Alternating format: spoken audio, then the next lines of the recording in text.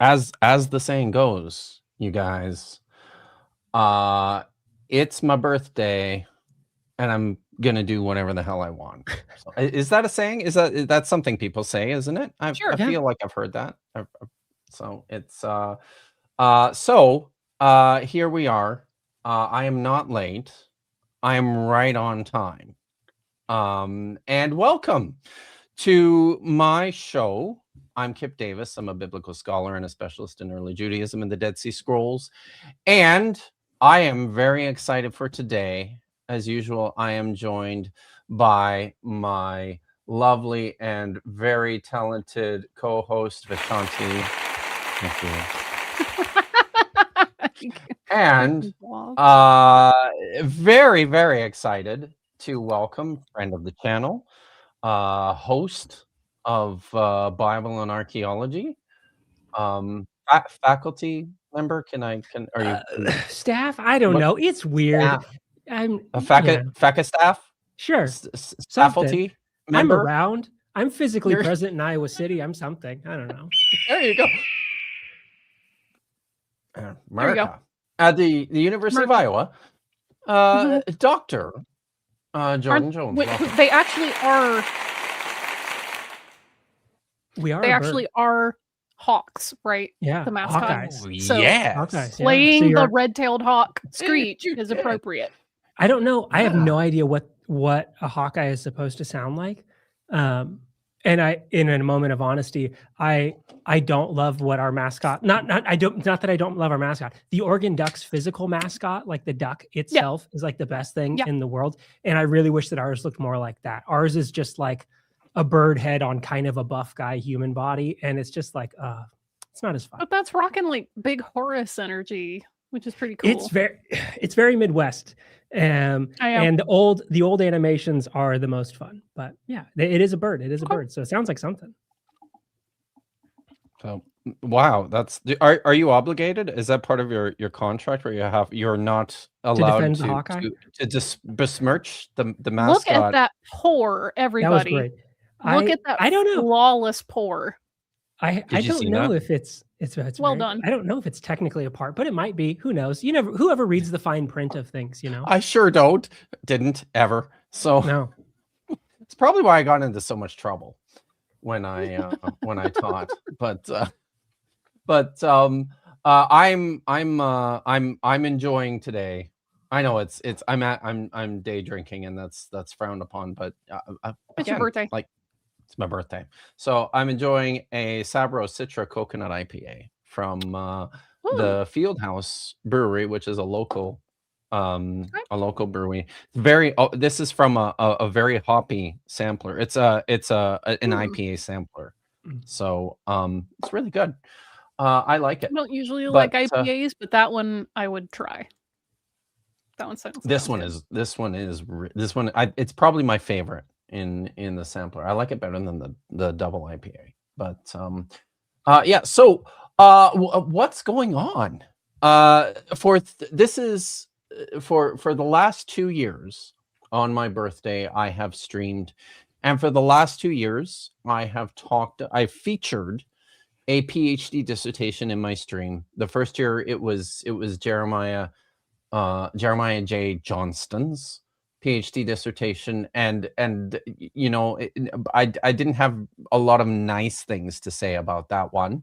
And then last year, on special request, I was asked if I would do a stream about my PhD work. So I decided to do that for my birthday. But this is a tradition that I would like to continue. So this year, we're back to one that you don't have nice things to say about this year. I see it's in every other. I see. No, this is so that next year is the one I want to. I'm going to have Dr. Joel Carrico on next year, and we'll you won't say a single nice thing about it.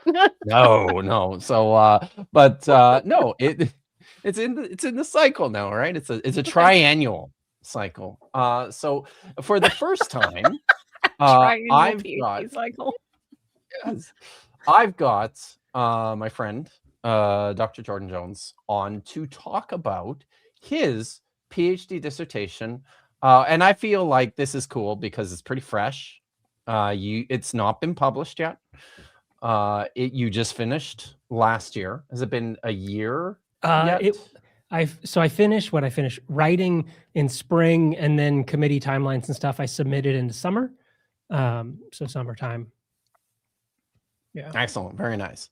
So yeah, so I mean it's around that time. And that's all we're going to talk about today. We're just going to sit around and pick Jordan's brain all about his dissertation, which was I should have been better prepared for this. I mean, his dissertation. You do, yes. Yeah. Do you want to show it? We could show it. It's sure. It's Let pretty me good. pull See that if up you- real quick. Yeah, that's good. Let me there we go. Scroll up to So- the actual. To the thing. Sorry, I should have eh. waited. There we go. The Forgotten Promise to Phinehas, a reception history of Numbers 25 verses 10 to 13.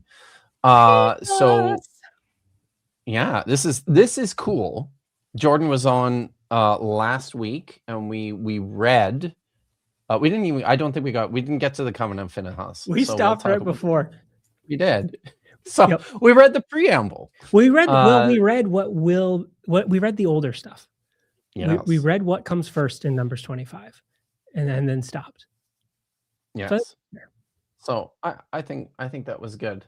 And maybe to start, do you want to do you want to introduce maybe yourself and your channel and Yeah. the work you do over at Bible and Archaeology? Yeah, so I as we said, I'm here in Iowa, and a lot of my time in Iowa here, I work on Bible and Archaeology, a project. It's a part of the University of Iowa, stuff about if it touches the lands, civilizations or archaeology of the Bible, then it's fair game. So broader ancient Mediterranean, broader ancient Mesopotamia, texts and material cultures. And the comment we get the most is like, but you say Bible first. And we're like, yeah, but there's a lot of stuff that, touches that. And so that's what we do, because I was in the classics department here. And so I'm very much interested in, the broader world of the texts materially and textually. So my way to Iowa City, though, I'm not originally from the Midwest. I'm originally from California. And in undergrad, I had California. I prefer wildfires. I think we talked about this last time, wildly to tornadoes, Yes. as I've come to learn. My wife so much agrees.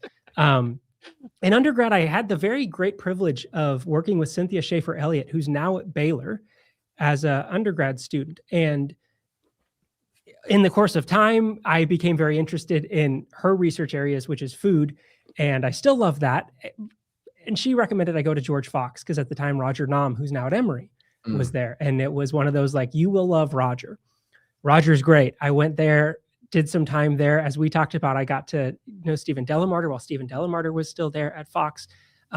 Some great faculty there at Portland Seminary. And from there, Roger said, you should look at Bob Cargill out at Iowa. And I kind of got handed from one to another. And that's how I ended up here out in, being a Bible-y person in a classics department. You're a little bit of the odd duck out, but happy to have sat my way through my Homer classes and taken, my Herodotus and all of those things to make my way back to writing a dissertation on the Hebrew Bible. So yes, I did take my lashings in Greek seminar, very deservedly so, and lived to tell the tale. So it is possible. Right. You can do it. Do I still read Homer in Greek? Maybe not as much as I should, but now I am What part of originally from California? Sacramento. Yeah. Facto. So, if you've seen Lady Bird, that is my hometown, and it is wonderfully accurate in its representation of what Sacramento feels like. And if you haven't seen Lady Bird, you should watch it, because it's a wonderful representation of what Sacramento feels like. One of my Wow, favorite I have bands is not from seen there. Lady Bird. What band? Deftones. Okay. Yeah.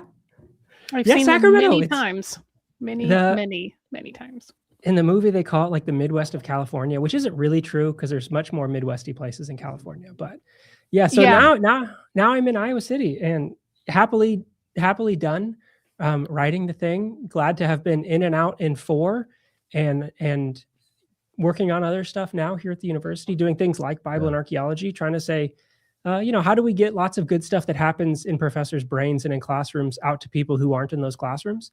Because a lot of people want to like learn and stuff, but don't want to go sit in a class. And there's a lot of really interesting people who would love to do that, but they go, I don't know how, and I have to do all this publishing. Or they can't afford it. And like, I don't understand what YouTube is, and I know people watch it, but what does that mean? And so trying to help, faculty who want to be involved in that space, get into that space. So it's not just the wasteland of people who, there's voices that, should be amplified less and voices that should be amplified more. And how do we help balance those scales? Awesome. And you do an awesome job. It's a pleasure. It's fun. Agreed. I'm having fun when I'm doing my stuff here. I was just going to point out the video that you guys did. Was it the beginning of this week? Of which the one? Yeah, you do a lot. The Pulp Fiction. Oh, Hegseth. Yeah. Oh, Peter yeah, Miller. that was good. That was a good Peter video. Miller's so good. great. Yes. Peter Miller, also an Iowa product, now at UVA. But yeah, Peter Miller came by to talk about, wow. he's working That's at so cool. UVA. And he texted me, as we said in that video, like he texted me the night before and was like, well, when are you doing this? And it was like, literally, you got time tomorrow? Yeah. Because I'd love to chat with you. Because the way he went about it too, there's a million takes and shots, and sometimes fair, sometimes you're like, people are reaching. But Peter's approach was like, how can we use this as a way to look at the scholarly process and tracing sources and what is... It was so good. And it's like Peter's so much fun. Like the you and the you're like, yep. And this is why Peter's great. And like, so, how is his quote of the movie version serving a specific purpose? Like that to me was the Peter's great. Peter's great. Yeah. So it's one of those. What is our way into those things is a little bit different as something connected to a state university, but where there is a scholarly way in, which I think that was like, it's how do we look at this like you would look at texts, because that's the stuff like, well, why do the degree even if you're not going to get a job in that exact field? It's the way it helps you think and ask questions and analyze things. Like it has lots of ways it can transfer out from if it's an undergrad degree or up, like the value of thinking through things and asking questions and looking stuff up. That's the hope. You don't realize how timely that video was in terms of like how it does analysis, because I'm working not in specifically like critical Bible studies, but it kind of overlaps a little bit. The manuscript that I'm examining is a guy who has developed a shorthand, basically, I think, going through the book of Exodus, but his quote phrases or trigger phrases, they don't 100% match up to either the Portuguese version of the Bible at the time or the Latin Vulgate. And this guy, like, he knew Latin well enough to where, let me just copy these Psalms in, but he wouldn't copy them word for word. He would change the conjugation of certain verbs or nouns or whatever to match like the audience that he was copying this for. And it's fascinating into like how he's understanding these texts, and it's pushing me outside my comfort zone because I don't spend time reading Latin. I don't really spend much time with Portuguese either. I just picked up a few words so I could learn to sing along with my favorite samba songs. But yeah, it was timely. All of the things that you guys were saying is exactly things that I was. I'm so glad that Peter texted me, because I was thinking like, oh, I need to text Peter, and I just asked him to do something else, so it was perfect. Peter's a blast. But it's the yeah. So I'm glad, and if you're interested, if you're watching this and you're interested, it's something about like, did Pete Hegseth know they were? I don't remember what it's called. Did he know that he was quoting Pulp Fiction? Yeah, it's like his face and Samuel L. Jackson's face for the thumbnail on our channel. Easy if you go over, that's the one to find. Yeah. So word for word. Wow. Better late, right? So and I think that's like it's timely. I think too.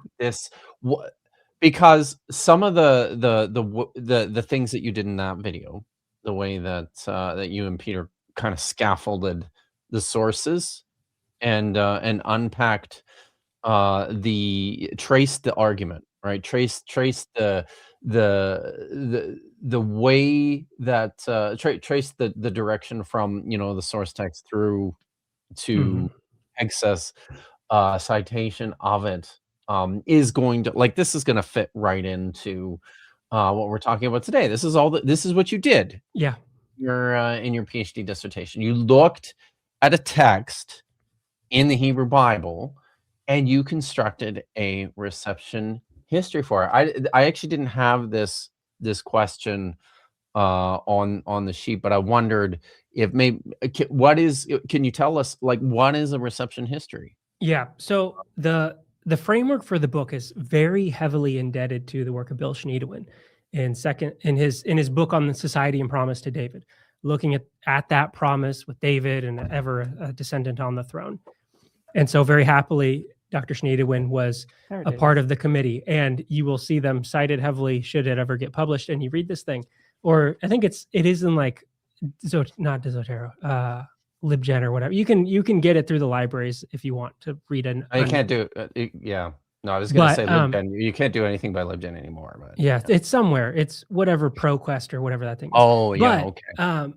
In that book, so I live in the doctoral descendants out of Schneidewin because my advisor is Bob. Bob's advisor was Bill. And so when I was looking at topics, I loved Bill's book, and it was one of those, well, what would it look like to do in this thing? Because I really like stuff like cultural memory, but I didn't want to go fully down that path because of how many arguments get kicked up whenever you say something about that, and where do we go? And so in a reception history, for me, I was looking specifically at, do we have evidence in the text that this tradition is being remembered, passed down, received, adapted over time? Because if we have in Numbers 25 this promise to Phinehas, it's in verses 10 through 13, and I can read it now to then go through. If we have this covenant that Numbers 25 says we have, when Numbers 25 is supposed to be, you should probably expect some evidence of its existence, like we have with the promise to David, where once this kind of promise is made, things are going to happen that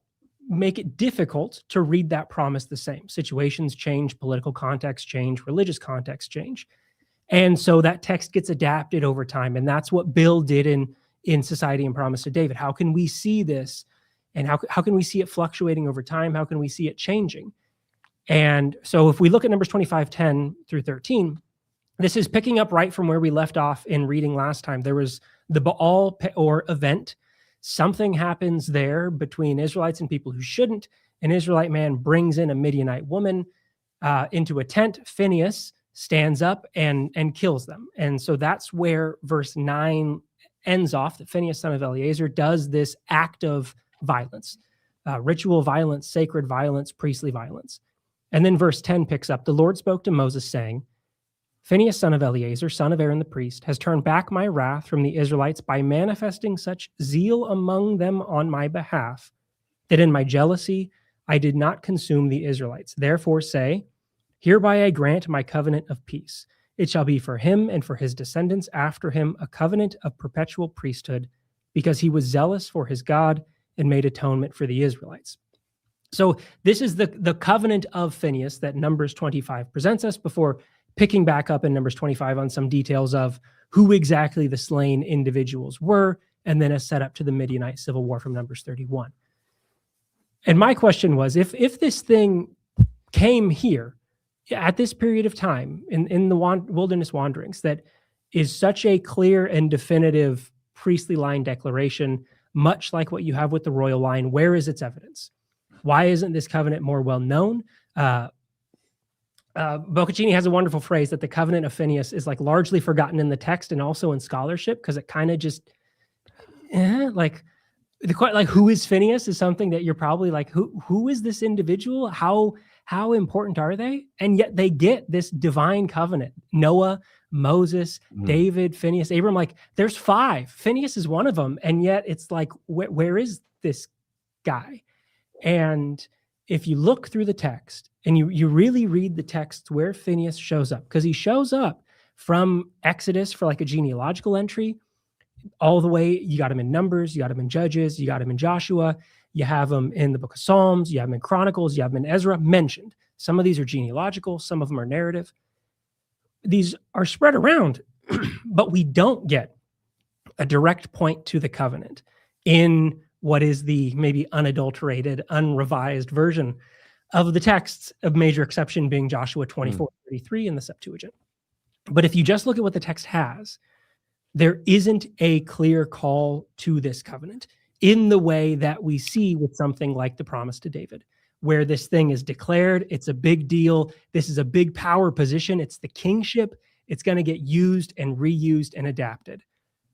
Why is that different when it comes to the priesthood? Why is this not front and center and adapted over time when we have moments where it seems like it's really called into question? Think of the priesthood of Eli. I was just reading about the house of Eli a couple days ago. It came up in my Zohar class. It's a problem for this covenant. How can the Elites be priests legitimately if Phinehas, son of Eleazar, has a covenant of perpetual priesthood? Is the covenant broken?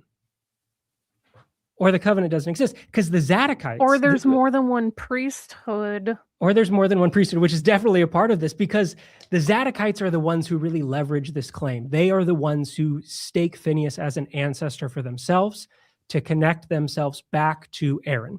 So they go Aaron to Eleazar to Phinehas. Then, claiming in the rise of Zadok, the righteous priest. And they look back, and my argument is they look back to Phinehas as one of these characters that exists in the text. They have a textual record. They are known. They have a genealogy. They're in the right places at the right times.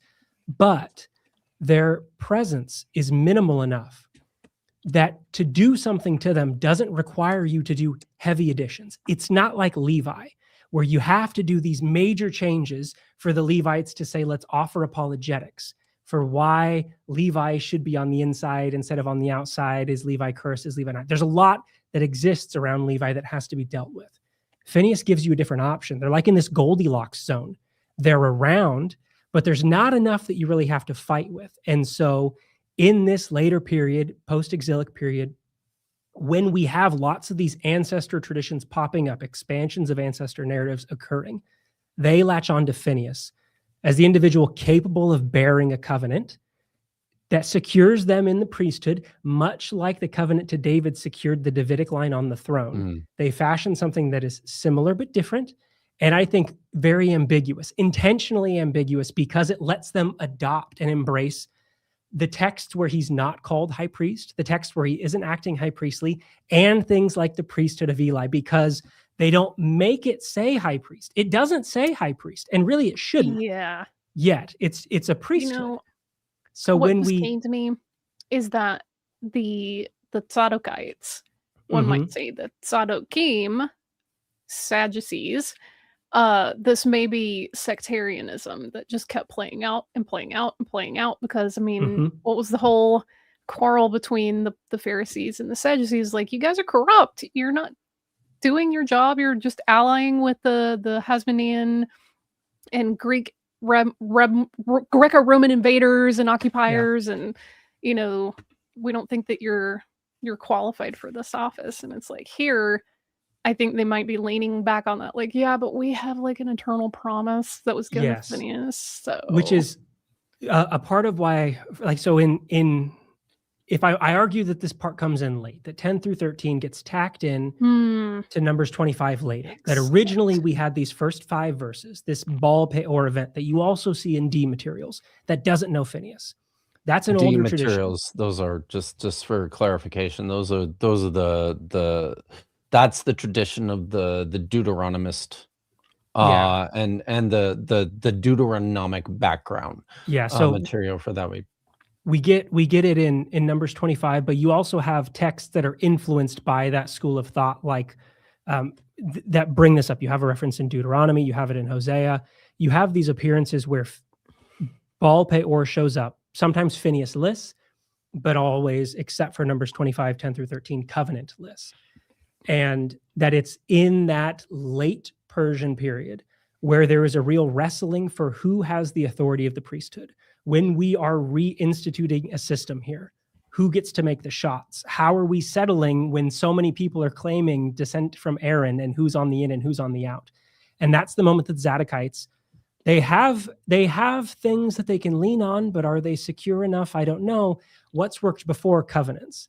What is becoming popular right now? These types of ancestor traditions, and leaning into that imperial system that views this in a positive way. It lets them move away from old means of legitimization, which is just priestly violence, into new ways that picks on some of the air of that royalty idea of the divine bestowing, blends the two together so they can come back and say, listen, it's not new. We didn't just come up with this. This came to our ancestor at this point in time. It's always been here. It's been around. Phinehas has been around. Look, Aaron, Eleazar, Phinehas, then Zadok, who was after this chief. Oh, and that's our ancestor. And so they're able to kind of align the texts without having to do really too much, but absolutely a part of this fighting. And it's the way we see Phinehas's covenant continue to be used once it's introduced, because this is what the Hasmoneans turn to. This is what Mattathias does in the act of killing two individuals and then quoting our ancestor Phinehas. Like, they lean on this idea. Just about to say, like, if you can't get to the Maccabees and like their whole violent zealotry thing from this, like, that is a huge thing you can connect, because that's exactly what I was thinking of. It's like religious violence to them is justified, and it's specifically from this camp. And they take both. They have that ability to like lean into violence because that's a part of their, how are we overthrowing? But it's not enough. And so Mattathias reenacts the violence of Phinehas in the event of Baal Peor with this moment of spearing two individuals, and here you go. And then also cites Phinehas as the ancestor, leans into this idea, showing by that point in time, it is a known thing and a thing that gives you leverage to power, to priestly power. And like, why doesn't it show up before then? Maybe because it's not around. Yeah. No, awesome. That's an awesome way to jump into this. And like, I think that the reason this is so fun, right? As a scholar, this is what I love doing. This is what you've done. This is you get to pretend like you kind of get to pretend like you're a detective. You're analyzing texts, and you're scrutinizing them on such on the level of minutia to try and figure out where they belong historically, and within their correct cultural or their social context. So I think I want to get into a bunch of the questions that I have, but maybe before I do, we've got a couple of super chats that I'll get out of the way here quick. First from Tree Climb Tad for $5. Thank you very much. Kipp is having a birthday on Thursday, just to make me mad. You and me both. I mean, it's not the best, really isn't. It's not the best. I believe next year it's on a Friday, which is nice. Perfect. So yeah, exactly. But thanks for always throwing money at me just so that you can say mean things about me. I appreciate it. And Miranda Rensberger for $5 says, "Happy birthday, Kipp. Please let someone else cut the cake for you." Miranda has become very concerned about my my skills with power tools, but it also she was very worried about me cooking last night as well. So I pretty badly injured my finger a couple weeks ago, Jordan, with in a tragic routering damn near mangled accident. I scared the hell out of my viewers on Saturday night by reenacting the injury with my router on screen. I mean, this is kind of how I roll. But thank you very much for the super chat and for the birthday wishes, everyone. A couple things here. By the time the cycle comes around again, it will be time for Vishanti's. No, I would need to be a hell of a lot further along to get this thing presentation ready in a year. I am nowhere near that. She'll get it. She'll get hers. Don't you worry.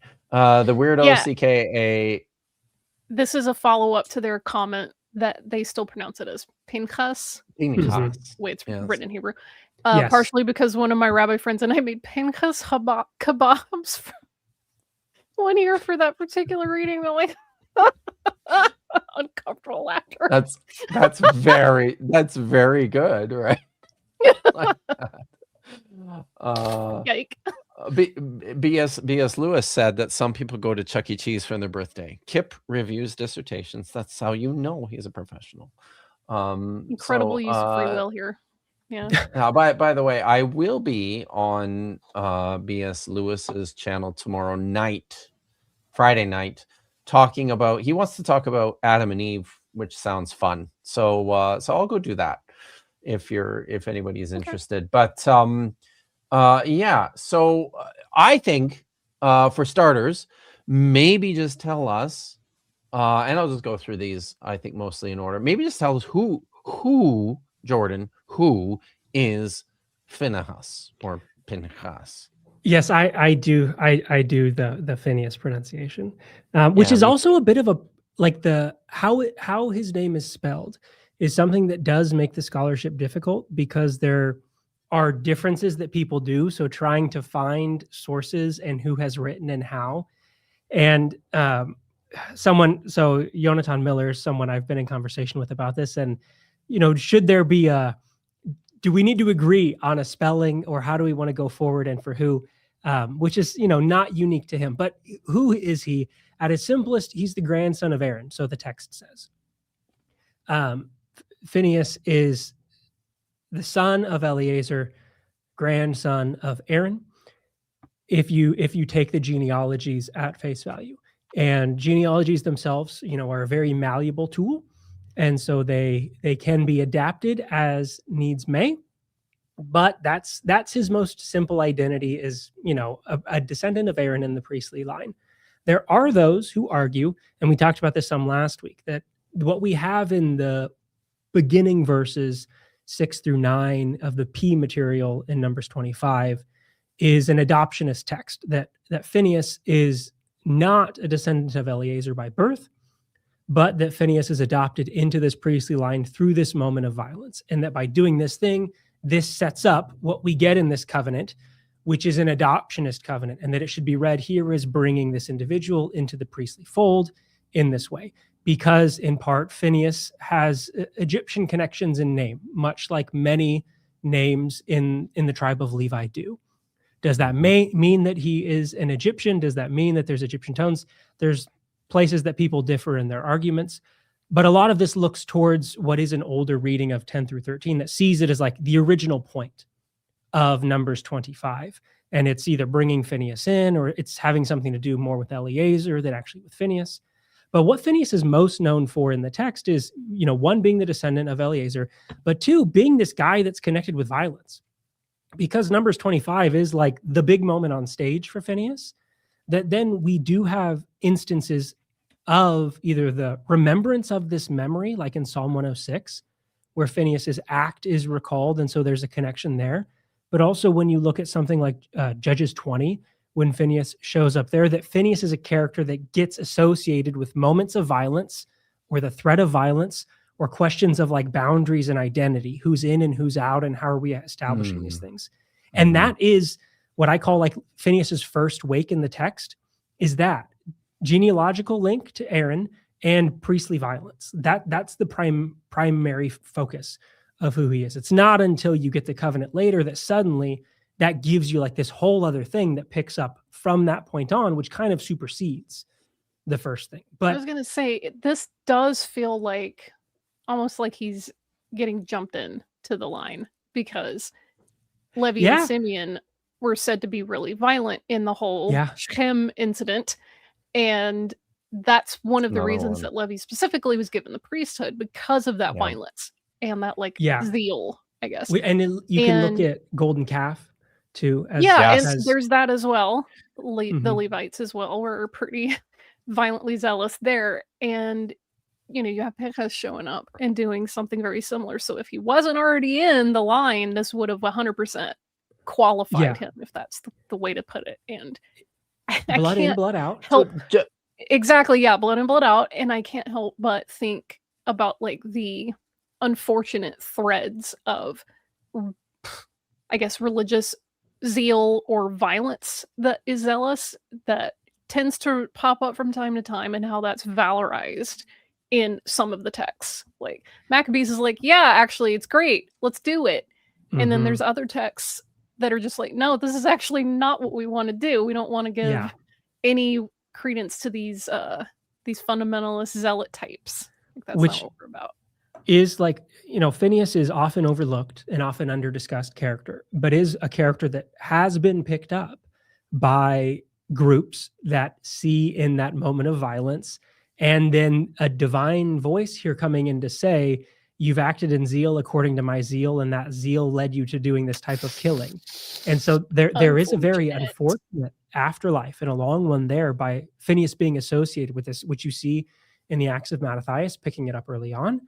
And you still continue to see, like, there are scholars who look at that in this type of how have these characters shown up, and Phinehas does list among those characters.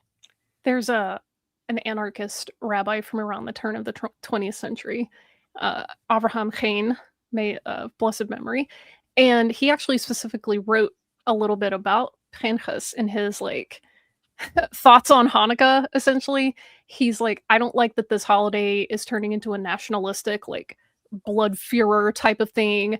And he goes off on several examples of violence from the Hebrew Bible. He brings up David and the sling, he brings up Phinehas and the spear, and he says, you know, scripture doesn't tell you that they saved these weapons. Like, nobody saved the stones and the sling that David used to kill Goliath. Nobody saved Phinehas's spear. They didn't save it for one generation. So why are we making holidays out of violence? And I love that thread, because he's, you know, not saying, oh, these events are fake and they didn't happen, or we're just going to like erase them or cut them out. He's like, nobody memorialized it this way. Why are we doing this? So he was already reacting to early kind of nationalistic strains going on.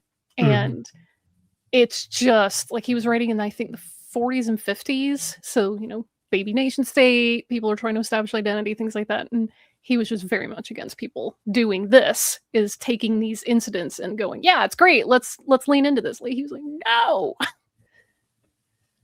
Yeah, lots to say there. So I mean, I think we'll get to, I wanted to, this is what I'm really interested in. Well, I'm interested in all of it, but one of the things I am really interested in, and we just talked briefly about this ahead of the show, is the process. So because, and this is because, you know, most people don't go and do a PhD. So most people don't have like an insider's look at what happens.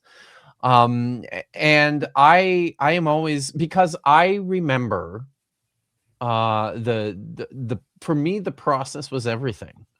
Like, in my studies, just going through the whole the whole course of figuring, you know, picking a topic, or just having something in something that was a bug in my brain that I couldn't get out, that I needed to explore, and starting from there and doing a whole bunch of reading, and then having questions, and then having crises, and, you know, eventually arriving at a conclusion that, honestly, for me, actually was like a pretty sharp turn and a departure from where I thought I was going in the first place. So it's always, the journey and the process is always something that's very interesting to me. So Real I want to hear friends it. we made along the way.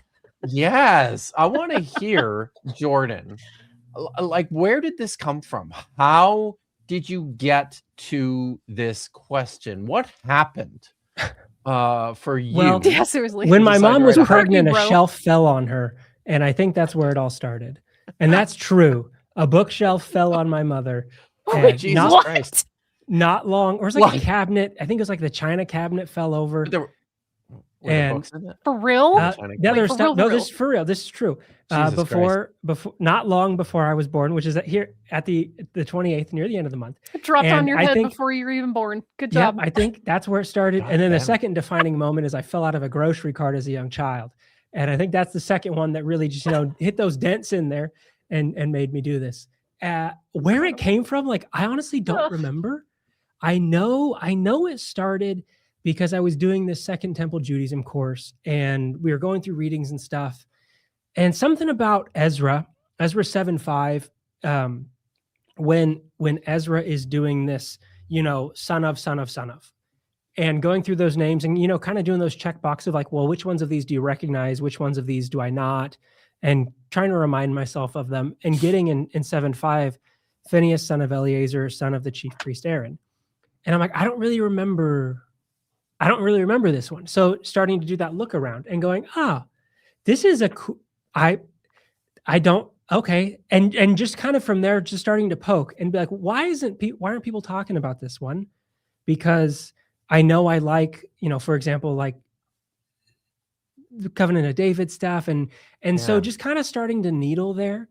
And I had done some other stuff about Adoni-Zedek and Adoni-Bezek. And so I'd kind of been thinking around Zadokite stuff. And as I started to go down this one, it just looked like an open lane in some ways, where I kept expecting to come across the person who already wrote it. And I'm still waiting to like fully come across the person who already wrote it. Surprise, it's you. And maybe that's like maybe tell us like what you were discovering when you encountered this text in Numbers 25 and the priestly covenant. How were scholars talking about the first stuff I started to find was, I went to like, okay, let's go to some of the names I expect that will show up in everybody's stuff after this. So going to people like Noth and saying, okay, what are you saying? Going to people like Cross, what are you saying? Where do you have this? Because like Cross brings this up in a discussion of the Elides. Frank Moore Cross.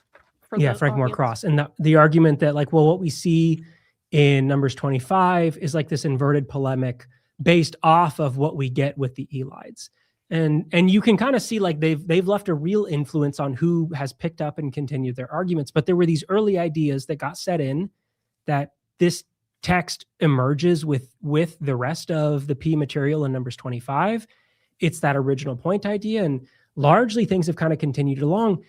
And as I just kind of kept turning over rocks, and it was like either somebody's talking about Phinehas with violence, or somebody is talking about Phinehas in service of like the Zadokites, like coming up in discussions of the Zadokites, but not really looking at Phinehas for Phinehas. And the covenant might pop up in something like talking about Mattathias or talking about Zadokites, talking about Ben Sira, but no one had really seemed to like hone in just on, well, let's talk about this thing that they all then cite.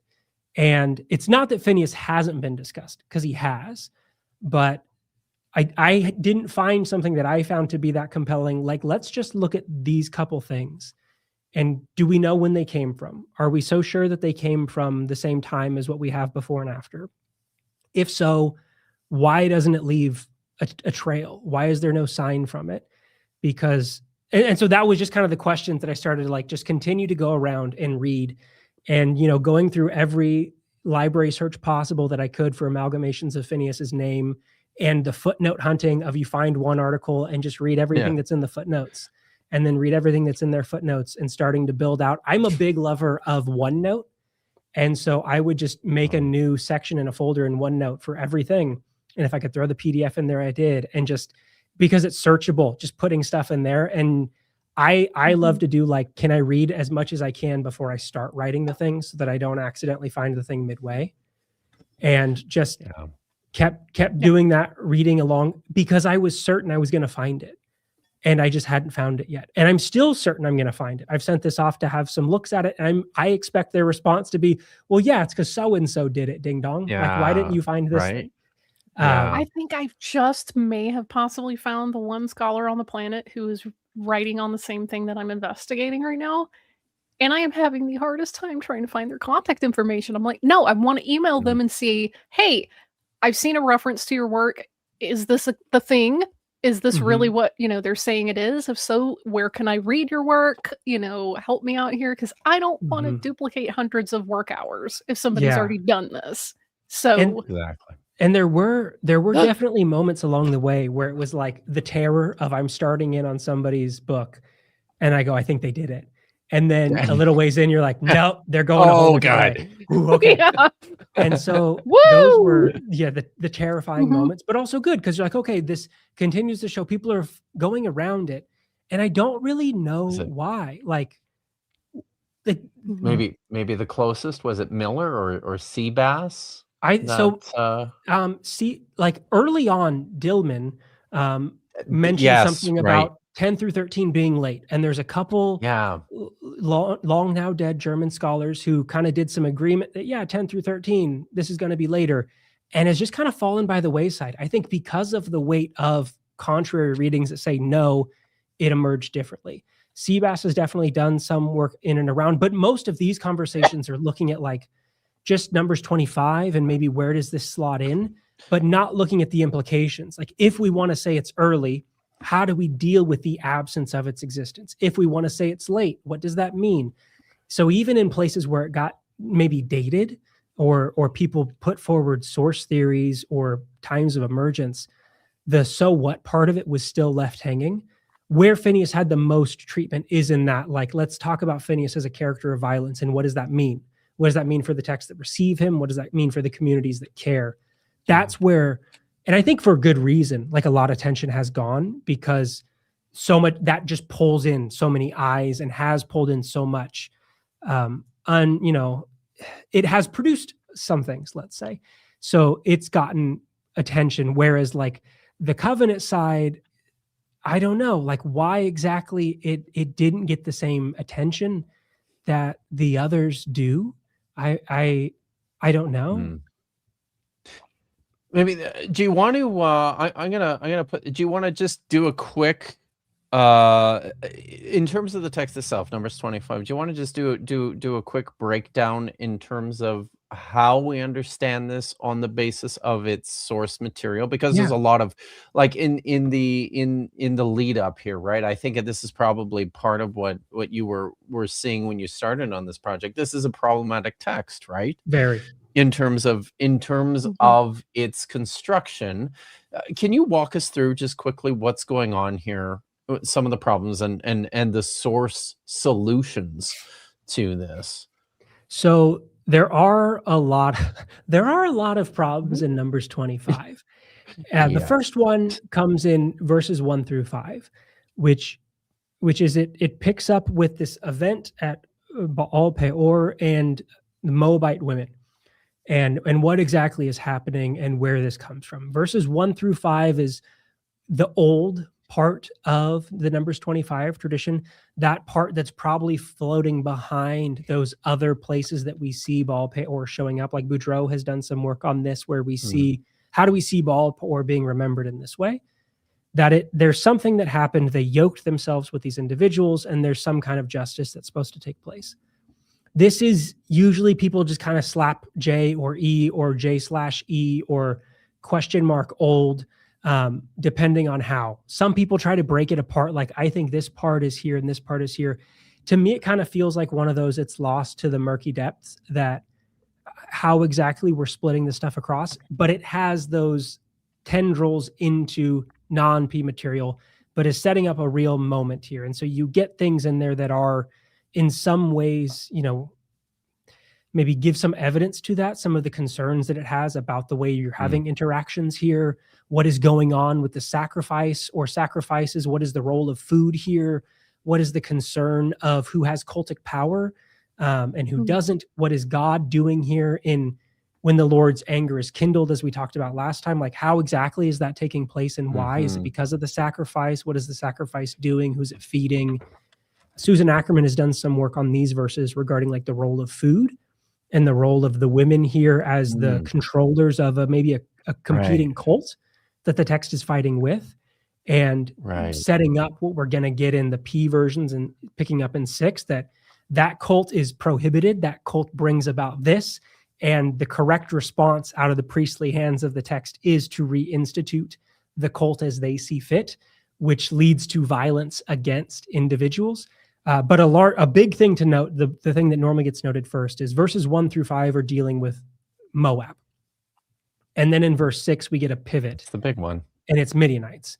And so Yeah. we have a No. shift from Moab to Midian. Those things, it's a hard line that then why, as we talked about last week, there is a connection here to the prophet Balaam and some work that seems to have done previously to maybe try to stitch a verse where the elders of Moab and Midian go forward, but even then it slides back to Midian. So like maybe a quick nod to say we know there's going to be a problem in Numbers 25.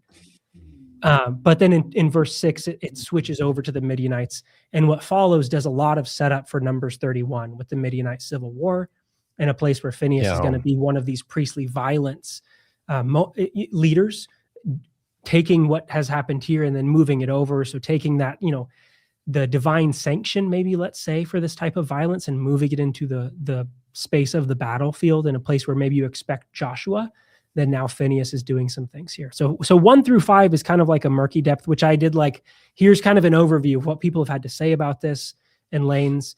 And I'm going to step away from it because I'm not trying to pull those parts apart because Covenant is. Cosby was one of the women, one of the women that killed. Yeah, right? Cosby becomes the name.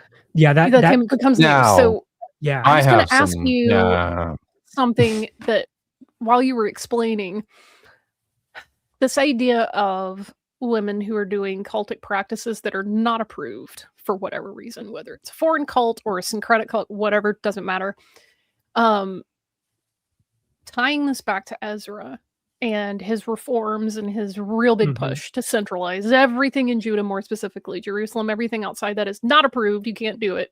It's illegal. Flag on the play. I've been wondering for a really long time if this is tied to like what I think of what was the precipitating incident that made them go so hard against women's places in cultic practice, because it seems like they had a much bigger role pre-exile. The more we dig into the archaeology and some of the language in the redacted Hebrew Bible as we have it, that they're trying to go nope, we need to subjugate this, it's not as central, it's not as important. Is this tying into that, I wonder? I think verses 1 through 5, I really like Ackerman's read on it. I mean, I feel like I love everything that Ackerman writes, but in those looking at feelings. this, how does food play such a central role here in a lot of the text? I'm thinking too of like Cakes for the Queen of Heaven, Jeremiah. You see a similar type of fight between approved cult and unapproved cult. But if we look there, like at Jeremiah, in Jeremiah 44, their response is that like, we have done these things. Our ancestors did these things. We did this in the streets of Jerusalem. Like, we've got the receipts that this has been going on. And that Numbers 25 here, there is a danger, I think, in the eyes of the text. The text sees a danger, one, in it being a different cultic authority, just at all. A possible threat in it being, a female cultic authority, because there might be, is this bringing them over by participating in these sacrifices? Is this a part of an ancestor cult? What does this have to do with identity and how identity is understood and controlled? But then there's also that then tacked on to the Moabite idea. So you kind of have like a stack of which one of these weighs the most. It might depend on the time. Is it the fact that they're Moabites? Is it the fact that they're doing this in a thing that is, they're yoking themselves to here? They eat the sacrifices. They bow down to their gods. Is it about identity in this way? Is it about the inappropriate relations or whatever they're doing with the women of Moab? Are they the cultic authority members here? It feels like it touches a number of these rails, all of which it's like, we would rather it be here. We would rather it be the control of Aries. Because we know that one of the ways that you would engage with deity at in the earlier times was through meals and food. And you see some of that like in the Israelite canon is like, hey, there's sacrifices for when you do something bad. That's one type. But then there's two, I think, that are just meals. You just bring meals and you eat right there with, the god or the priest or whatever. And that's seen as like, yeah, you're directly engaging with the deity. You're having a meal with them. And, one of the reasons in this text is like, hey, you can't be eating with them because you're going to end up doing syncretism and blending our traditions. We don't want that. You can't do that. We have a hard line between them. You shall not mix them. And I was wondering, what is it about food specifically that doesn't just bring people together, in our evolutionary history, bringing people together and being social around food, but in a ritual sense or in the cultic sense? Why is food so central in that like vertical versus horizontal like relationship? I mean, I'd say I would defer to whatever Carol Myers has to say.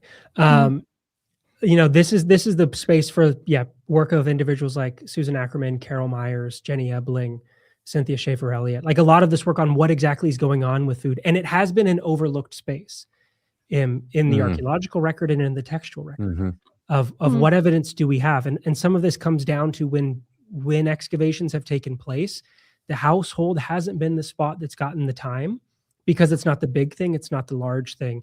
And then how have records taken place from that? So when we're looking at a text to say, how much does it have to tell us about these moments where food shows up and how food shows up and who's in control of food? Do we take them at face value? What do we need to pull away? How much can we pull away? And then where can archaeology help supplement that to say, well, what types of meals are taking place and what are these spaces?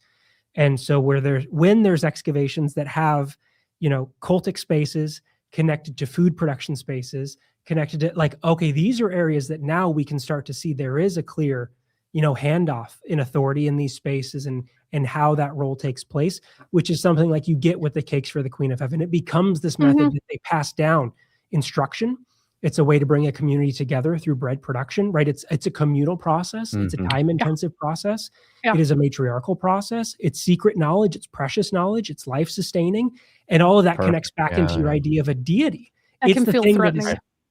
And if we're looking at a cult that decides it needs to be centralized and becomes, then those are those threatening places. You got to do your stuff in public where we can see it. We don't know what you women are doing in those secret kitchens, baking all day. No more of that kind of stuff. But also, that reminds me that when I was actually studying this morning with somebody, and we were translating, word by word to try to get like a really clunky meaning before we start to make it sound a little more reasonable. And it struck me that the same word that we use for like eating food, achel, that language is used for the way that offerings on the altar are consumed by fire. And so I'm like, in their mind, the god's not physically coming down and going, nom, nom, nom, nom, and eating it. But when it's consumed by fire, it's being eaten by that fire, and that's seen to be like, the god or the god's doing it. And once again, I have to kind of like remind myself that they're not always thinking in the same metaphors that we are. Sometimes they're thinking a lot more literally and plainly and physically, like tangible stuff in meat space than we tend to read it. So yeah, there's a whole thing. I'm gonna have to go do reading on this. You've got my brain. Well, you could bring in like feeding the dead too. And that fits in as well. So we've got this Baal Peor incident. In terms of the setting for this, when do scholars generally tend to set this earliest stuff, this first layer? Oh, I mean, then you get the range of people who want to say, is this 10th century through? God, eh? Yeah. Wow. So there's some that reach like the way back of how old. I kind of just did the like, here's the list of people's dates. I don't really care.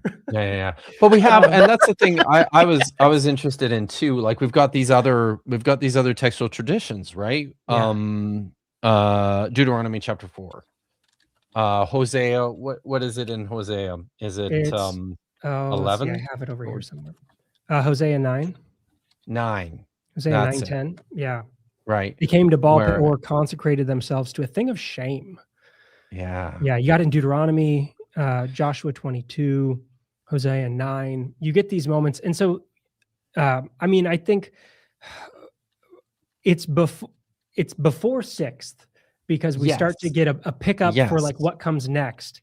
I think the early side of that and looking at early P materials maybe there. So something is solidified and spread around enough by that point in time. How old? Because then you get into that like, well, is it oral tradition and passed down but it's older and old enough to kind of have spread around in some of these ways. But in those instances, it is a Phinehas list tradition. That this event lives as a thing where they did something they shouldn't have, and yet it's a detestable thing, but it's not a Phinehas moment yet. Yeah. So Until and we is get into this, verse 6. I think is this first layer, like the Baal Peor incident, because I wanted to ask you about this too. Is this a layer that precedes the emphasis and the interest in priestly violence, or is that precedes it? I mean, I think for the character, is the priestly violence built into the Baal Peor incident from the beginning, do you think, or is that something that's tacked on too? I think it gets tacked onto it because it's the perfect Yeah. moment for it, because it touches some of those, like, what is the role of priestly violence? It is to establish one group as the approved authorities. It is to condemn the behavior of inappropriate activity. It's to create a dividing line on who's on the inside and who's on the outside. Nice. So it, like, this becomes much like Exodus 32, one of these moments where there's a story, which comes first, but this becomes a bed onto which, if we're looking for a moment to say, maybe we need a priestly violence tradition too, it might serve as a good bed onto which the flowers can grow to be that first level of things. That's good. Yeah. So maybe that's we can talk about the next part of this, right? Chronologically and in terms of the construction of the text, starting in verse 6. Yeah. This is what's happening here. So we get verse 6, which becomes our priestly violence layer that gets added into Numbers 25, which is, we had in the first 5 verses, Moses is told, you say to the leaders, right, you're going to kill anyone that did these things. It's not explicitly aimed at like a priestly contingent, right? This is charged to the elders, to the judges, that you're going to do these things, you're going to impale them before the sun. But once we get to verse 6, one of the Israelite men brings in now a Midianite woman, so there's our shift. Moabites have exited the scene, they will not return.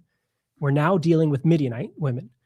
They bring a Midianite woman into the sight of Moses and the congregation at the entrance of the tent of meeting. And this is then in verse 7, when Phinehas, suddenly we've moved from the elders, Phinehas is the one who does something. Phinehas stands up, gets a spear, goes into the tent, be it the tent of meeting, be it a separate tent, be it a cultic tent, be it the tents, their own individual tent, it's not explicit, stabs the two of them through together in what seems to be, coitus. And then a plague that is new is suddenly stopped. And so in these verses 6 through 9, it's something that you can see building on. And if you're reading through it, I think it can be stuff you read past. Moabite to Midianite might grab your attention, but maybe you read past that. But suddenly thinking like, okay, well, the elders were charged and Phinehas acts. Is Phinehas an elder? Or is Phinehas just standing up? The plague shows up. There wasn't where did the plague come from? But a lot of these things now. Yeah. P. The plague comes in because now we start to get some of these P language markers that are coming in with those concerns for Phinehas, son of Eleazar, son of Aaron the priest, and this priestly plague concern, and the activity of the priest as the one that's staying back this divine wrath. That is, now we've got like that solution that's presented, which is not this maybe older form of corrective of just impale them before the sun, because how is impaling them before the sun, right? The appeasement here, who are we offering these things, these people to? Is this a human sacrifice? Is this, and if so, given to who? Like, how does this stop the wrath, and why the wrath was started? And so here instead, it's the priestly fix. It is Phinehas, the one who steps into the gap here to correct what has now become a sexual concern. Whereas in the first 5 verses, it can be a sexual concern, whatever they're doing with the women of Moab, but that same language just gets used for idolatry. So is that actually a sexual interaction, or is it just they're worshiping the gods of? Here, though, the location of the tent, the spearing the two of them together, it is now, kind of tightening the screw down, it seems, on there is a concern for that gap being crossed in the way that we get of like those Ezra concerns later of who is supposed to be with who, that now you have some of those things showing up. But when verse 9 ends, we get a nice close. Like, again, we get a nice end here. The narrative could stop here. The plague is done. We get a body count, 24,000 individuals. Story over. Story And over. Our Yeah. main character has been named. We have a Moses shows up. Great. We've got Phinehas as an actor. That's fine. We don't get the names of, in this part, the Israelite man and the Midianite woman. But I guess in this first phase, would you expect it to name these individuals or not? No. Maybe not. Do they matter enough in this moment? Like, who's the text really concerned with? They do get named in a layer that is also added into Numbers 25. But here you kind of just get this solution. We had a problem. They're doing something that resonates with our inside-outside concerns, cult centralization, maybe some of this like sex happening within a cult or not type of stuff. What's he doing with her in the tent and the belly piercing and takes her in and these types of things. But that's then like our priestly layer 1. Mm-hmm. So this is and when are we? And this is something I wanted to ask about as well. Was this is the priestly layer? So in terms of situating this, it's this is early post-exilic, I believe, right? Yeah, I put this like I tried to not do dates until I was done. Yeah. Just like can I lay out? They're all right there at the end. Yeah, as like they are right there at the end. But as like I tried to fit texts together to see where's Phinehas showing up and how. Yeah. I've tried to first lean on, well, what are the dates that are kind of a consensus point where the most people have come together to say we think it's here? And does that slot in with the way I see maybe the text emerging? And kind of conveniently it did, with the exception of maybe where I'm arguing 10 through 13 slides in, where some older people said it's later, but other people said it's earlier, you know? But for the majority, like this is kind of a 6th to 4th, where exactly in there you're wanting to say, but sometime, you know, maybe more to that 6th side, something showing up here for this early priestly addition on that is dealing in some ways, but is less fleshed out. It is maybe less specific in ways that things do get later. It has less of those, you know, what we're going to get with things like who are the names of the individuals that are doing this stuff, where I think still kind of within that 6th to 4th range, that's where you're going to get stuff like what we get in Numbers 25 down in like verse 14 through 19, where suddenly we are having names offered, that it's Zimri and it's Cosby. And then we have a connection to the Midianites. And now we have, well, who are the houses that are responsible for this and some of that genealogical concern getting fleshed out? And then how is this stitching into Numbers 31, Midianite civil war? What is our concern with the Midianites inside or outside? Still continuing to flesh that out, like grounding this text more fully. So it's not just this, and the moment is done, but how does it reach outside of it? Yeah. Yeah. What's the what are the, I guess, root words for Phinehas, Cosby, and Zimri? So Phinehas, his name does come from it has Egyptian origins, which is often connected into like the dark-skinned one, which can lead to this, is this that adoptionist idea? Interesting. Or is that an etymology we can trust? He's a Nubian. Yeah, we do get within the name Cosby, which is offered once we get down to verse 15. But she is not named. Like if you go back up, this Midianite woman that comes forward is originally not named. And that has led some to argue that maybe this is what is the Midianite woman who could go without being named and we should know who it is? Especially when we're giving a reference to Moses. Is it too much to say a name here? Interesting. And so maybe she goes unnamed out of some deference for Moses, but then this is a direct attack from Zimri, belonging to the house of Simeon, against the house of Moses by taking Moses's wife. I was going to say, where's Zipporah from? Right. And so like that's a reading that some people offer. And is this a part of why this is weeping? And is this one of those challenges to Moses's authority that's taking place here and saying we're supposed to do this? Well, I'm going to do this. She's not named. She does get named, and it's like a luxury. It's like luxury. I want to say it's like connected to ideas of like wealth, and she's supposed to be from the house that is ahead within the ancestral tribes, the head tribes of Midian. Cosby is connected with wealth. Yeah. Let me double check that I'm not Really? speaking out of order. Okay. It has connections to luxuriant. Interesting. Interesting. Because when I see that right away, I mean, I imagine Vishanti's probably thinking the same thing I am. But when I see that right away, I think it's gonna. I just see it's connected to lying, right? What? So there's and this can connect back into that idea of, well, what is the cult that they're doing? And is a Yes. name being offered here to connect to Yeah. an idea of the type of cult Yeah. that if this is sex as part of a cult, that she would be overseeing and as speak there. And I didn't really engage with the name side No. much, other than like Phinehas's, Yeah. because in looking at them, especially as something that I saw as being tacked on later, they feel like exactly those kinds of places where you're going to make a shot over the bow of Yeah. someone to say, hey, we're throwing a name in here that is maybe building on some of those things, but for who? Yeah, I was gonna say So names often can give you a clue as to the polemic, Yeah. like what they're doing there. Yeah, like the thing that is just it's too in many ways it's too on the nose for me to just ignore. But I'm just like, when I see this Cosby bat Zur, right? I mean, sword is a word that appears a lot in Hebrew Bible texts, and usually the referent of that word is Yahweh, like a lot. Yeah. It happens a lot. And I'm like, what the hell is going on here? I certainly haven't spent much of any time on that, but it really looks interesting to me. And this was completely like separate from what you were doing, Jordan. But I don't know. There are what is it Florent? They wrote something, I think it's called Who Killed Moses' Wife?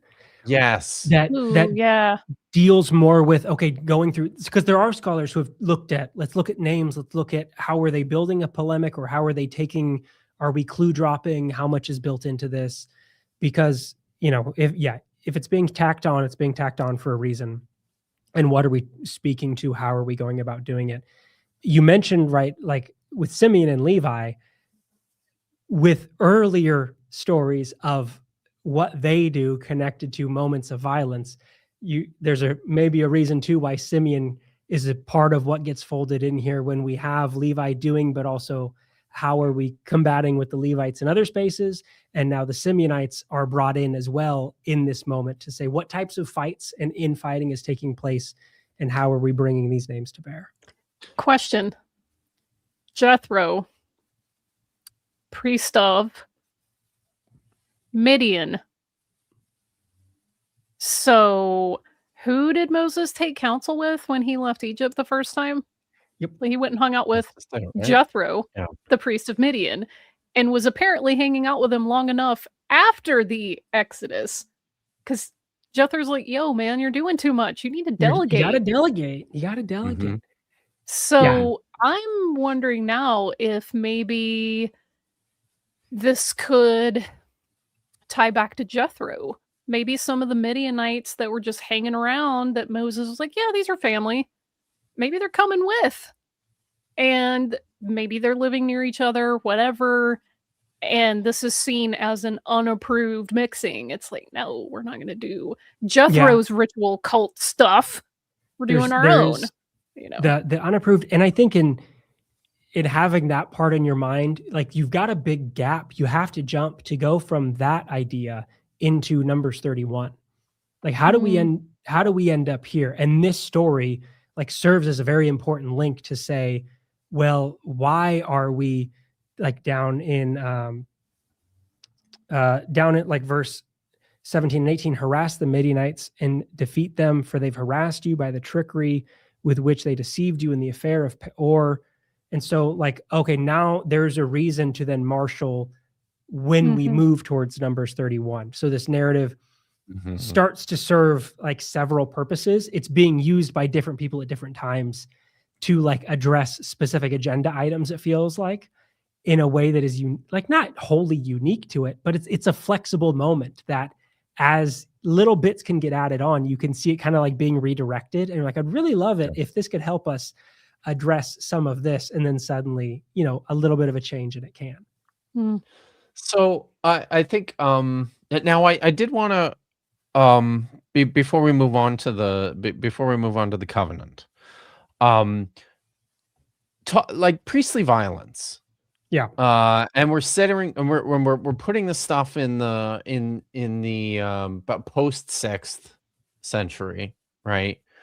Like what's actually going on? What is the big deal? Why is the text, because it's not here, not just here, as you've already pointed out, this serves this larger ideal. What is it about priestly violence that the writers at this point in time in the history of the text, what are they so interested in? What is it doing? And I'm kind of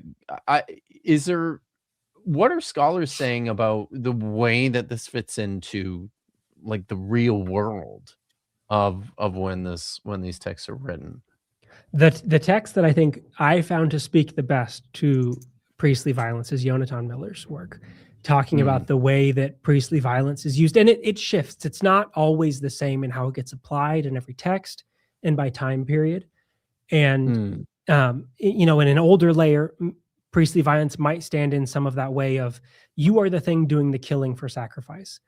And how does one legitimate yourself for that? It's that you are enacting these things. You are then the mediator for the divine. And if you're doing that and there's that divine wrath that needs to happen, how do you enact that? How do you facilitate? How do you embody that type of thing?